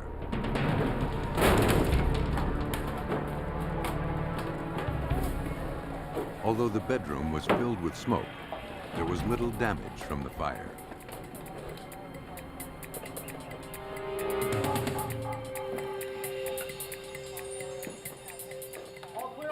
Firefighters were relieved to find no one was home. It was now up to arson investigators to determine the cause of the fire. Neighbors told police a man named Al Hamilton owned and lived in the house. They hadn't seen him since yesterday, and his car was gone. Okay, does anyone else live here with him? I don't think anybody lives. The Richmond County Sheriff's Department began a routine investigation. To investigator Dwayne Piper, there were many unanswered questions. My initial impression of the scene was that there was foul play involved. The fires did not seem to start from the actual walls themselves. They seemed to originate just out from the wall. And in my mind, that suggested that it wasn't an electrical fire.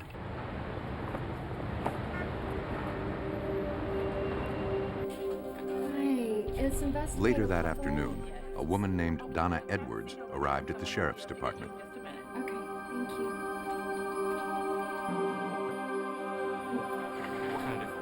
She said she was Al Hamilton's girlfriend and was concerned when he missed their date. She drove by his house and panicked. His house was burning, and they said I should come. Well, we've been to the house, and I can assure you I was not in the house. Donna was relieved to hear that no one was injured, but she was still worried. No. I haven't even talked to him since last night. The last I saw of him, maybe before I It go wasn't sleep. like him to just take off without a word. He tells me everything. Hamilton was very close to his family. He took care of his elderly mother and disabled sister who lived in town. Donna called them, and they hadn't heard from him either. Recently divorced and living in her mother's house, Donna told Piper she and Hamilton were very happy. Come here, baby. Look at this one. Right here in this Peters community. They were looking to buy land and build a house together. Resort Center. Clubhouse. Donna had plans with Hamilton to look at property that morning, but he never showed up. Peters community. Kind of the same thing. Where does he work? He works out. Donna told Detective Piper that Hamilton worked as a manager at a local bar. Normally he calls. She worried about his long hours and said he didn't get off work until after 3 a.m. She was sure something happened to him. Although he agreed to look into it, Investigator Piper explained to Donna there was little he could do. Hamilton was a grown man and could disappear if he wanted. After 2 days, there was still no word from Al Hamilton. Piper and his partner, investigator Joanne Nutter, were eager to read the arson report. And according to the arson investigator, the fire was not accidental. The report indicated there were 2 sources of origin. The fires were set using an accelerant in both the entryway and the bedroom. Although they suspected the accelerant was gasoline, the results were inconclusive. Al Hamilton was still missing, and the report convinced investigators something terrible had happened. They needed to find him. 1012, 1065, missing vehicle. 1012, 1065, missing vehicle. Be on the lookout for An APB went out to field officers to be on the lookout for Hamilton and his car.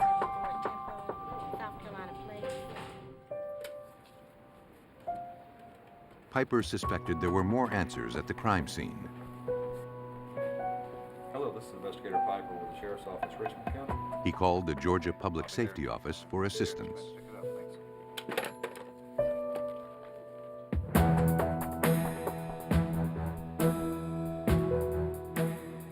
Investigator Piper and forensic expert Jerry Findley of the GPS met at Hamilton's house.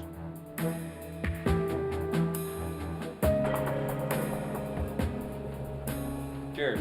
Findley noticed a strange dent on the footboard of the bed. Yeah, it looks like an impact of some kind, some object there, something rounded. It was consistent in size and shape with a baseball bat. Findley also saw what appeared to be blood on the footboard. The pattern resembled a swipe stain. A swipe stain is when a bloody object comes in contact with a non-bloody surface, and you can tell movement and direction which way the swipe is actually going. The stain traveled from left to right as he faced the foot of the bed.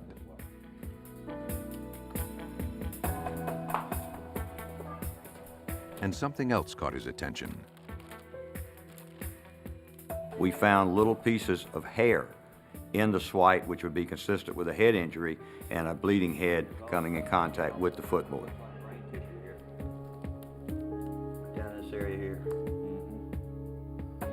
The location of the stains revealed to me that someone was bludgeoned very severely at the foot of the bed. Yeah, that looks good. Looks good. As they inspected the room for more clues, they found more blood stains. At the side of the room on the wall, I observed stains that were consistent with cast-off stains. And in looking at those, I believed that there had to be more there. Do this very carefully because we don't know how stable they are. Findley needed to get a closer look. Up here at the top. I got a rag and started wiping and found the remainder of the cast-off stains were under the soot. Findley discovered that the soot had preserved the blood. This indicated the fire was set after the beating.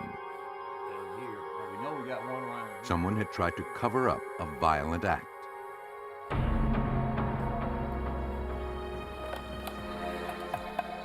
To reconstruct the events, Findley ran strings backwards, from the blood spatter on the walls to the area of origin of the blood.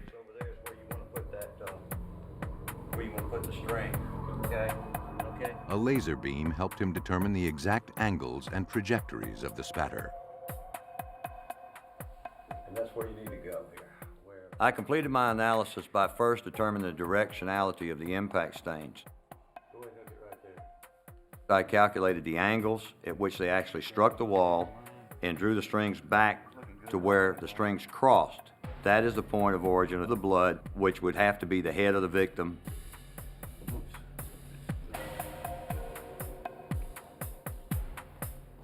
Okay, Dwayne, one thing I can tell you right now. The person was either on his knees or sitting down at the time he was being bludgeoned. Right in this area right here. This is the area of impact for these stains. Right in this area.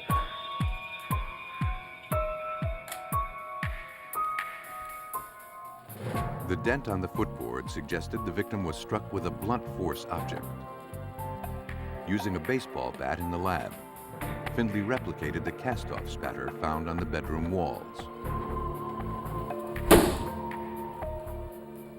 A cast-off stain is as the item is brought upward from that impact. It has a certain amount of blood on the instrument itself, and that blood is actually being cast off.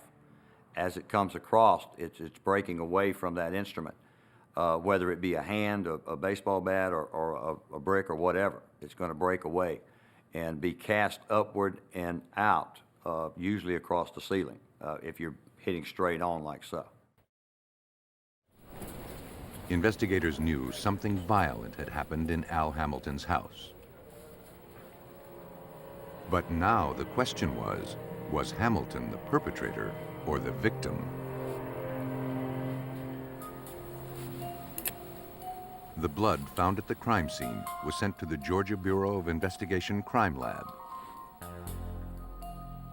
Al Hamilton recently had blood work, and his doctor supplied a sample to compare with the blood found on the footboard. They matched. Al Hamilton was the victim.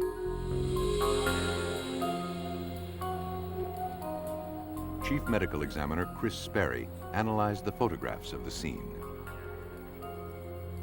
The arc of the blood and the amount of cast-off trajectories told a violent story.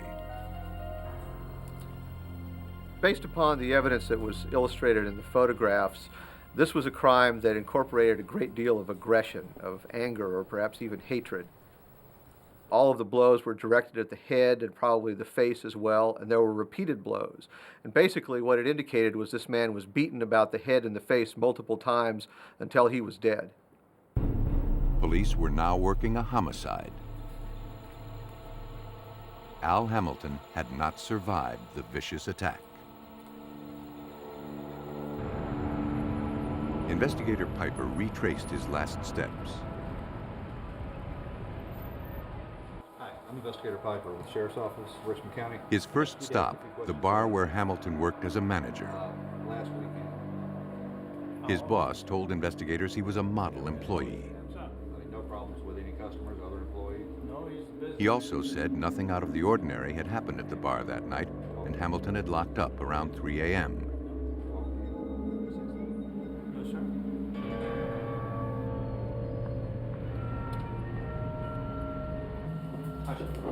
Piper met again with Donna Edwards. I'm okay. You drive okay? Yeah, I've been better. I do need to ask you something. He asked her if she could think of anyone who would want to harm Hamilton. She did recall something that had happened a few months earlier.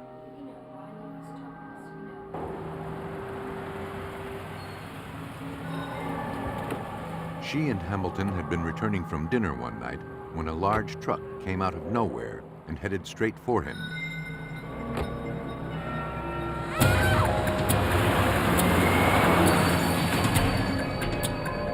He jumped out of the way, but was almost run down. The truck looked like the one her ex-husband, Rodney Richardson, used at work. She said Richardson couldn't come to grips with the divorce and was jealous of her relationship with Hamilton. Donna also told Piper Richardson was abusive throughout their marriage, and she was afraid of him. No.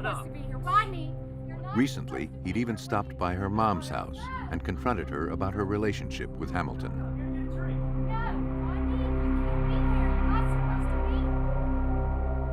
But still, Donna didn't believe Richardson was capable of murder. Besides, she said, she had received a phone call from Rodney at 1 a.m. at her mom's house on the night of the murder. He told her he was at a phone booth on the other side of town.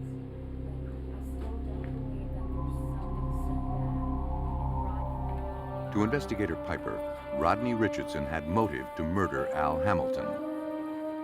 But motive doesn't always make a killer.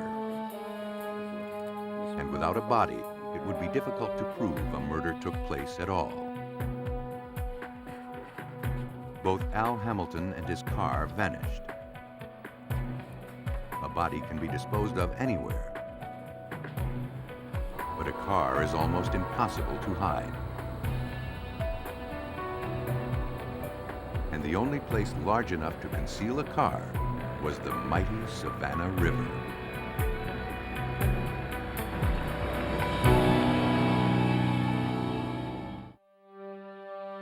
In Augusta, Georgia, investigators uncovered the brutal slaying of Al Hamilton.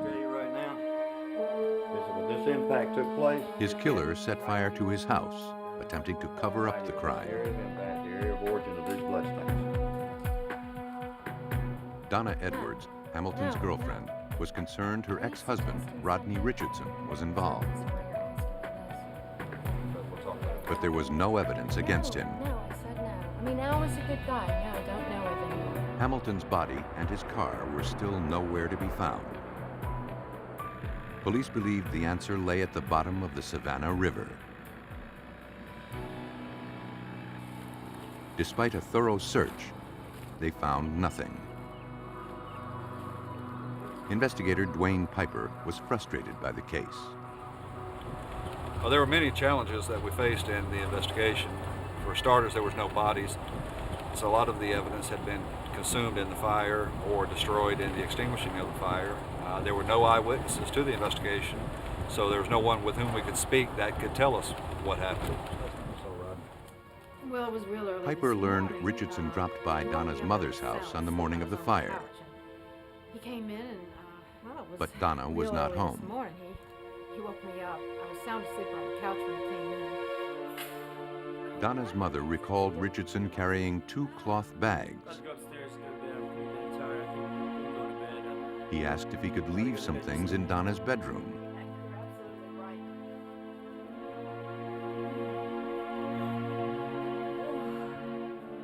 When he came out, he wasn't wearing his shoes, and he no longer had the bags. Okay, so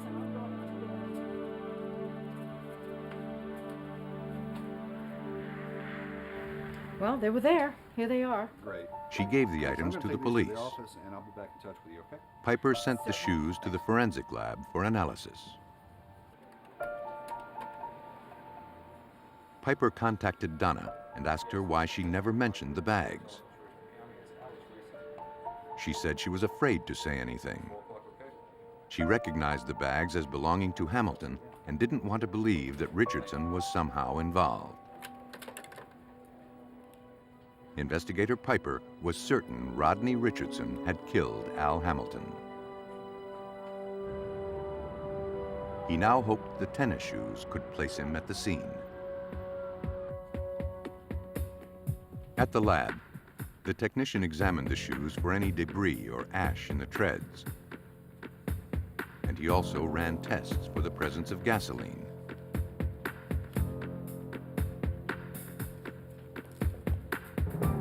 The treads were clean. Traces of gas were found on the shoes.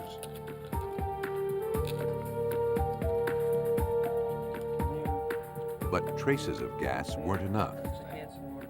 Richardson worked in construction and came into contact with it daily.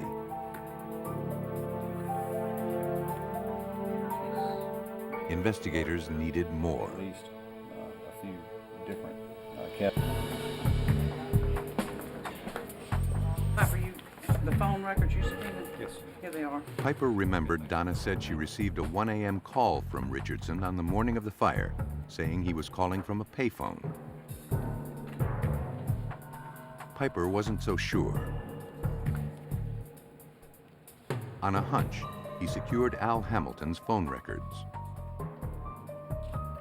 On the night in question, a call was made from Hamilton's house to Donna's house at 1 a.m.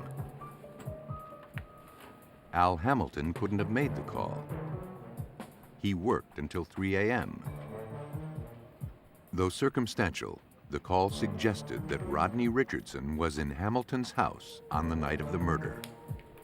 A moderate level so it doesn't drown out the conversation from across the room. Okay. Okay, and once Police needed direct evidence to make an arrest, and they asked Donna Edwards for help. Okay. And to activate it, all you do is She agreed and tried to get a confession on tape. and it will lock on. This reel is going to run for approximately 3 hours so you don't force the conversation. Donna recorded her conversations with Rodney over a period of several evenings.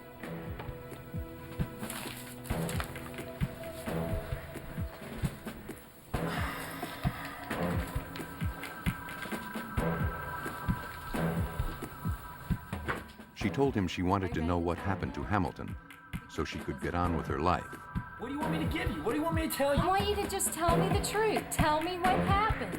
Just tell me what happened. Just tell me. Richardson finally admitted to the crime. All right. I killed him. He said he hadn't meant to kill Hamilton. He only wanted to scare him. It was an accident. It's not like I... But then he lost control. I mean... The next thing he knew, Hamilton was dead. Be your husband, and you treat me like this? Richardson said he disposed of the body and was sure the police would never find it. And without a body, he bragged, they could never prosecute him. If they tried, he said he would not go down without a fight.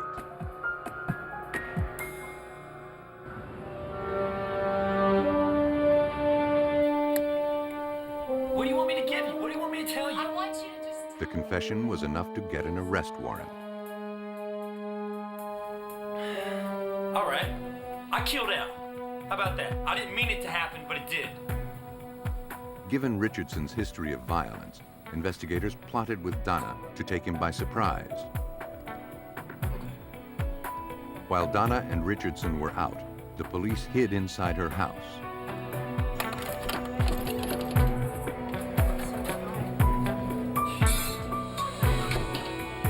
Rodney under arrest for about What is this? Their plan worked.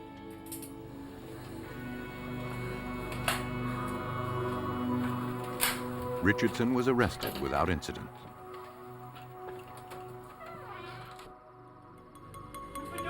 Based on the evidence, investigators believe Rodney Richardson broke into Al Hamilton's home to ambush him.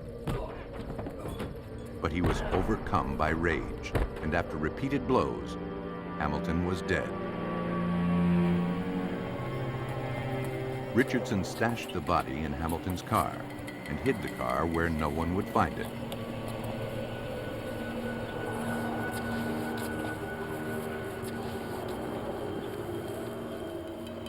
Attempting to cover his crime, he set the house on fire.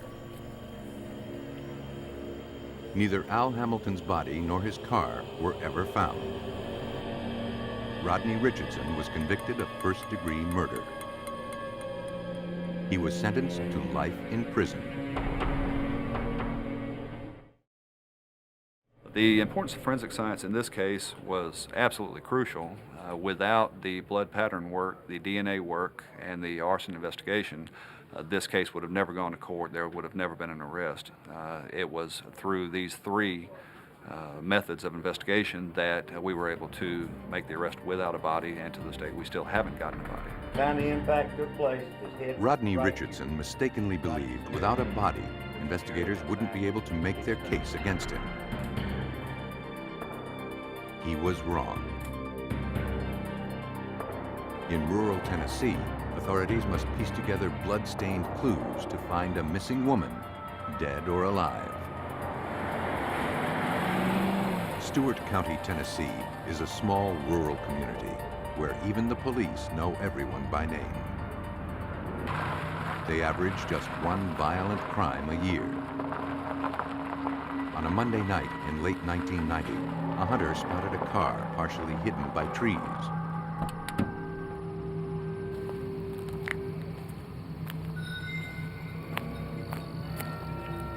It appeared to have run off the road.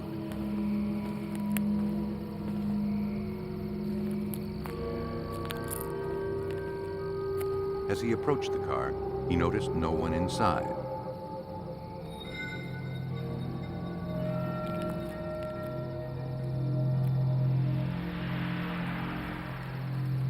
The hunter wrote down the license plate number and contacted police. 911. The Stewart County Sheriff's Office received the call. Thank you. Stewart County to 903. There's been a report of an abandoned vehicle. The dispatcher sent a patrol unit to investigate. She ran the license plate number and discovered the car was registered to June Atkins. Earlier that day, a woman was reported missing. Now, police feared June Atkins was wandering the woods, alone and injured. In Tennessee, Stewart County Police were dispatched to an abandoned car that had run off the road. The car was registered to a missing woman named June Atkins. Police found the car wedged against a tree.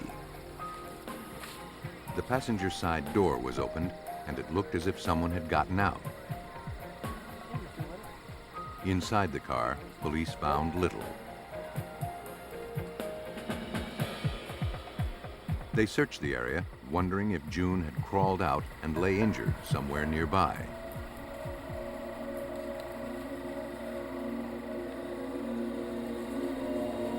They found nothing. Sheriff David Hicks questioned June's husband about his missing wife. He said June went to visit her mother in a nearby town, but never arrived. Atkins was concerned. If she didn't go to her mother's house, he didn't know where she was. We don't start taking missing persons investigations this serious, this quick. Sheriff Hicks told Atkins he found her car and believed she had been in some kind of accident.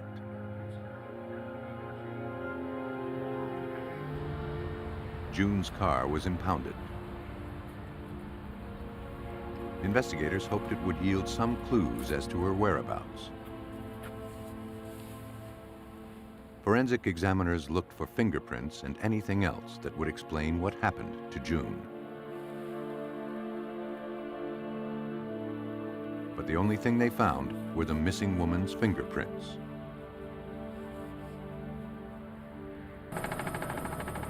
Police needed to act quickly. If June Atkins was injured and wandering in the woods, she would need medical attention.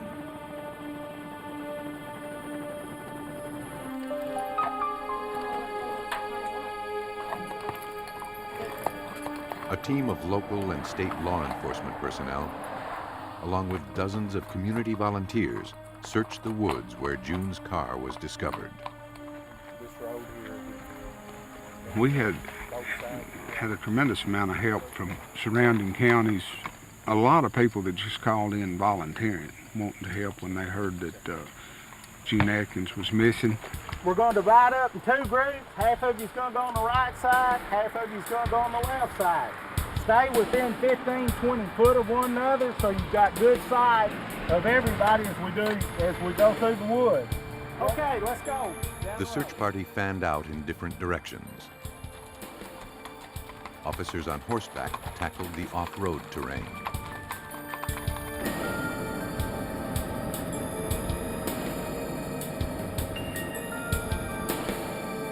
The Tennessee Highway Patrol provided helicopter surveillance and a contact point from above.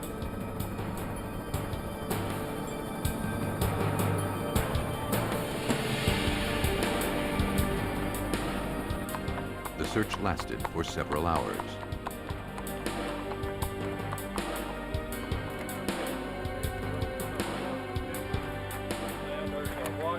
Police received a call over the radio. Something had been found near the Paris Landing Bridge. Rick Stout of the Tennessee Bureau of Investigation was part of the search team. Hey, David. He brought what was discovered to Sheriff Hicks. We got here on Highway 79, just east of the bridge, about a quarter mile off the side of the road. A group of searchers had found a patchwork quilt. Blanket or comforter. Well, I took it out. I don't want to lose anything in it. And, pretty interesting.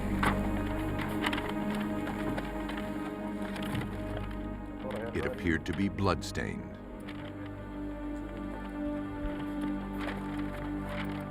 Near the quilt were a pair of men's cotton work gloves. What's interesting, they were found with the blanket. The gloves smelled of gasoline.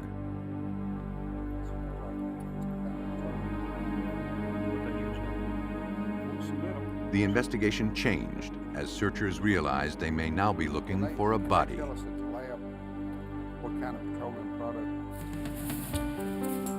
Crime scene technicians joined the search. Later that afternoon, several miles from where the quilt was found, a woman's wallet was discovered.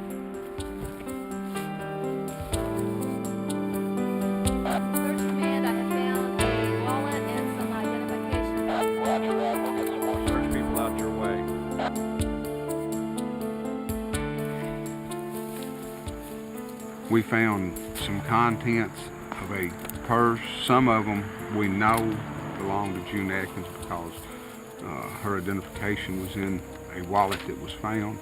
Found some other contents that appear to have come from a purse. The search continued for several more hours.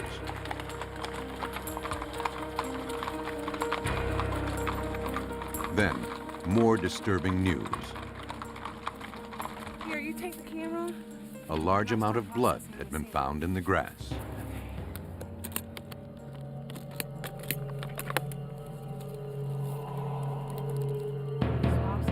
The area was photographed and the blood swabbed for analysis.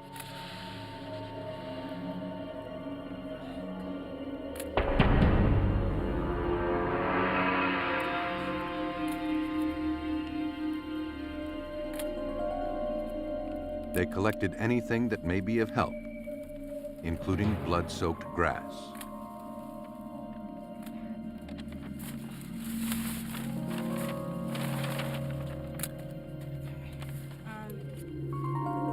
Underneath the grass, they found a woman's watch.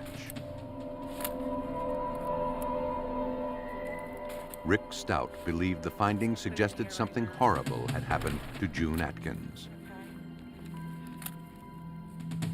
We have a car that was dumped in the woods. We have her personal belongings. We have a quilt that had blood on it, which there's got to be an explanation for that. And when we find personal belongings thrown out along the side of the road, she's not going to do that. You know, her driver's license, her wallet, and other personal items. That tells us that there is foul play involved. Rick, you take. There was blood, but no body. And investigators had questions. All this. At this point, they had no idea what happened to June Atkins. We did not find any evidence as to where June might be or her body might be. We had some hopes of possibly finding June alive, but we did not. Let's see, I think the first thing we'll do is Everything collected was sent to the Tennessee Bureau of Investigation Crime Lab. Okay. Forensic serologist Patty Choate tested the items for blood. I opened the quilt up, spread it out. It did have a very large blood stain on it. And so the first thing I did was a chemical color test to see if it was blood. And my chemical color test indicated that it was. So the next thing I wanted to do was determine if it was human blood or not. Definitely blood. So I did testing on that and determined that it was indeed human blood. It's like dirt. The work gloves were too dark to see any blood. I do not see a thing. There it is. Look at that. Using an alternate light source, Choate examined the gloves. Not very big. She discovered several small stains resembling blood, but they tested negative. The results were inconclusive.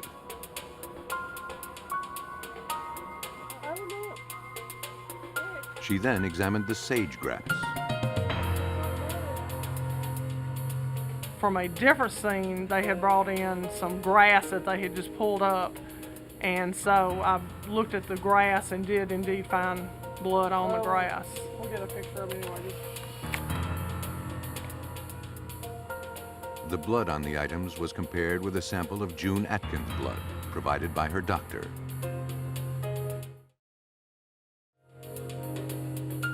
The blood matched. Yeah, she must have been bleeding quite a bit to have this much blood. Choate was asked by investigators if she could determine whether June was still alive.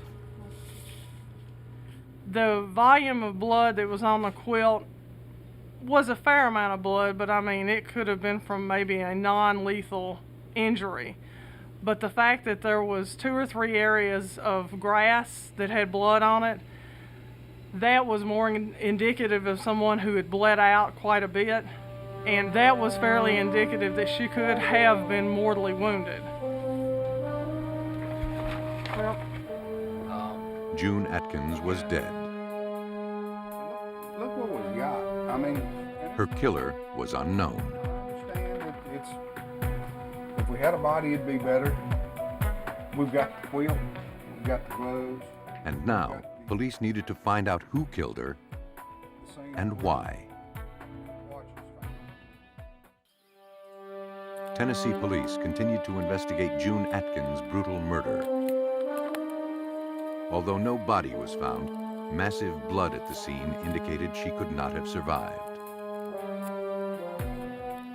Can you tell me if that's June's watch or not? June's husband recognized his wife's watch. Keep that up. He had given it to her as a Christmas present. Besides, I picked out Grandma's present. You guys can just sit here. It's true.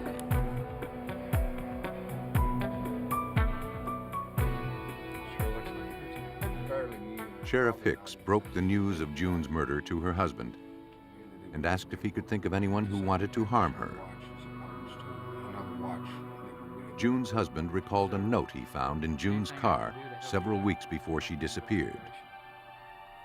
It was in a man's handwriting asking her to meet him at the Dyers Creek boat ramp. That was all he knew.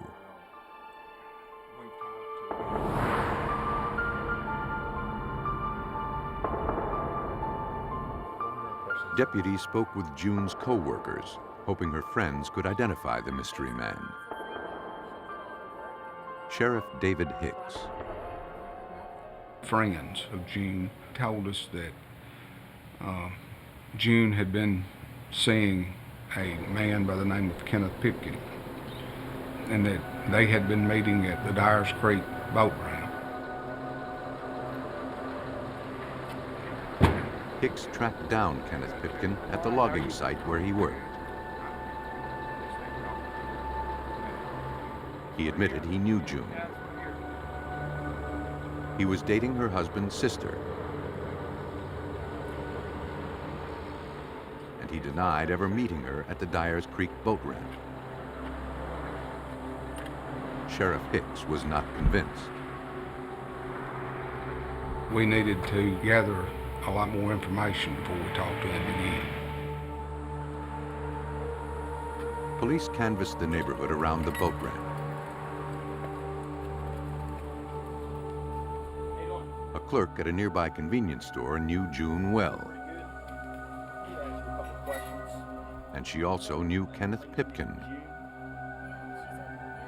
She didn't think highly of Pipkin. She described him as a womanizer, obsessed with his truck. So obsessed, he kept a patchwork quilt on the seat to keep it clean. One day, she recalled seeing Pipkin and June talking outside. She watched as June followed him out of the parking lot in the direction of the Dyers Creek boat ramp. She comes in, gets gas. The clerk told police Pipkin had come in looking for June on more than one occasion. Thank you for your help. Her story did not match Pipkin's. We just got 3 missing. Police got a break. A fisherman called in with new information. He said on the day she disappeared that he was at the Dyers Creek boat ramp. He saw a woman and a man in a pickup truck. His description of the vehicles matched both Pipkin's and June's.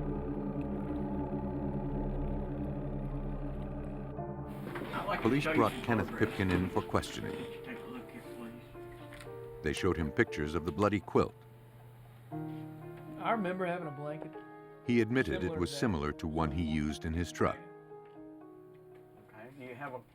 But his had been stolen earlier that year.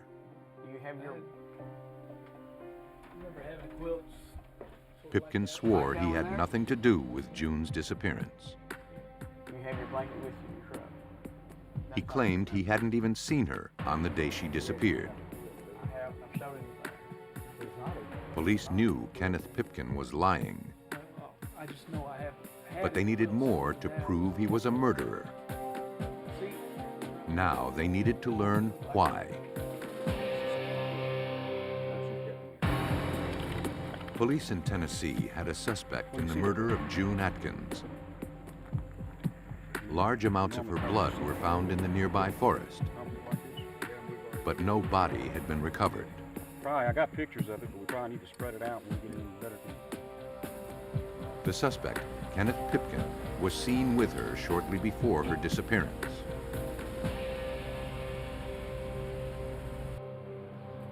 A search warrant was issued for his truck and home. Crime techs processed the vehicle. They discovered tiny cloth fibers on the floor. They were collected and sent to the crime lab.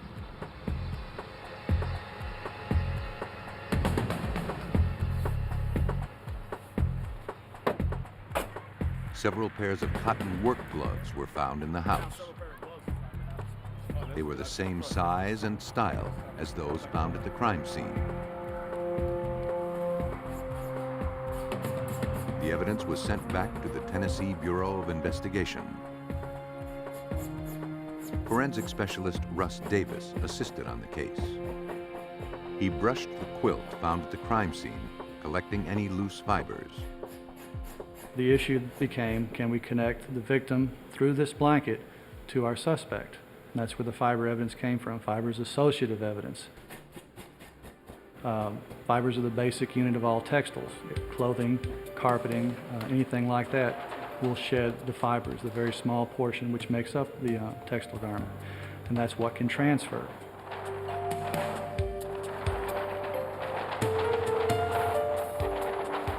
Davis then checked for a match.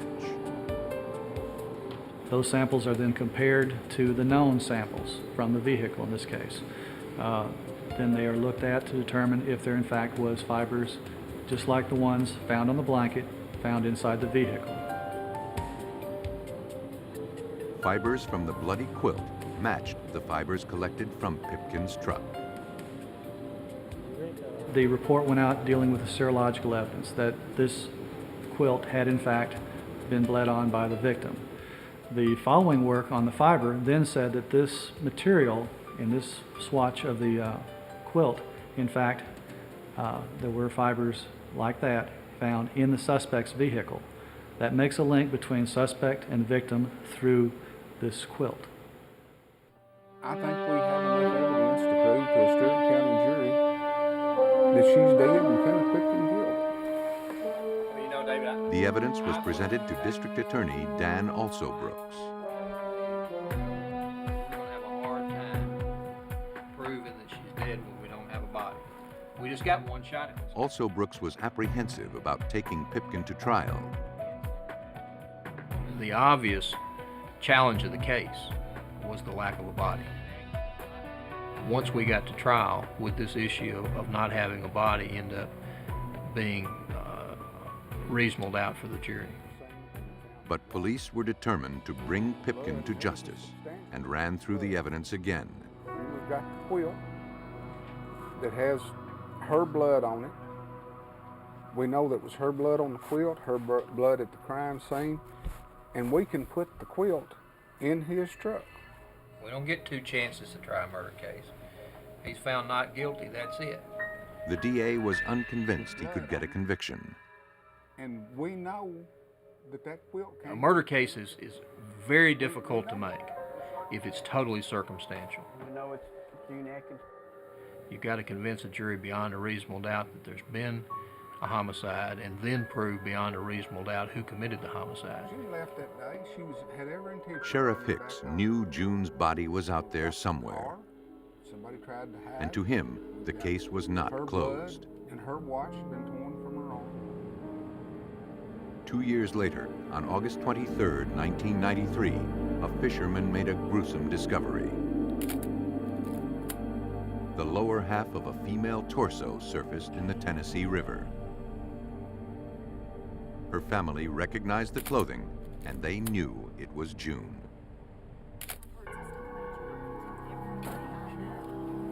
Kenneth Pipkin was arrested and charged with murder. Police believe that June threatened to expose their relationship.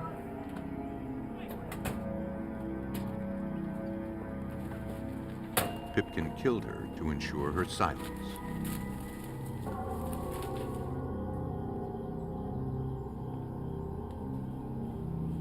But with the help of forensic science, June's story was finally told.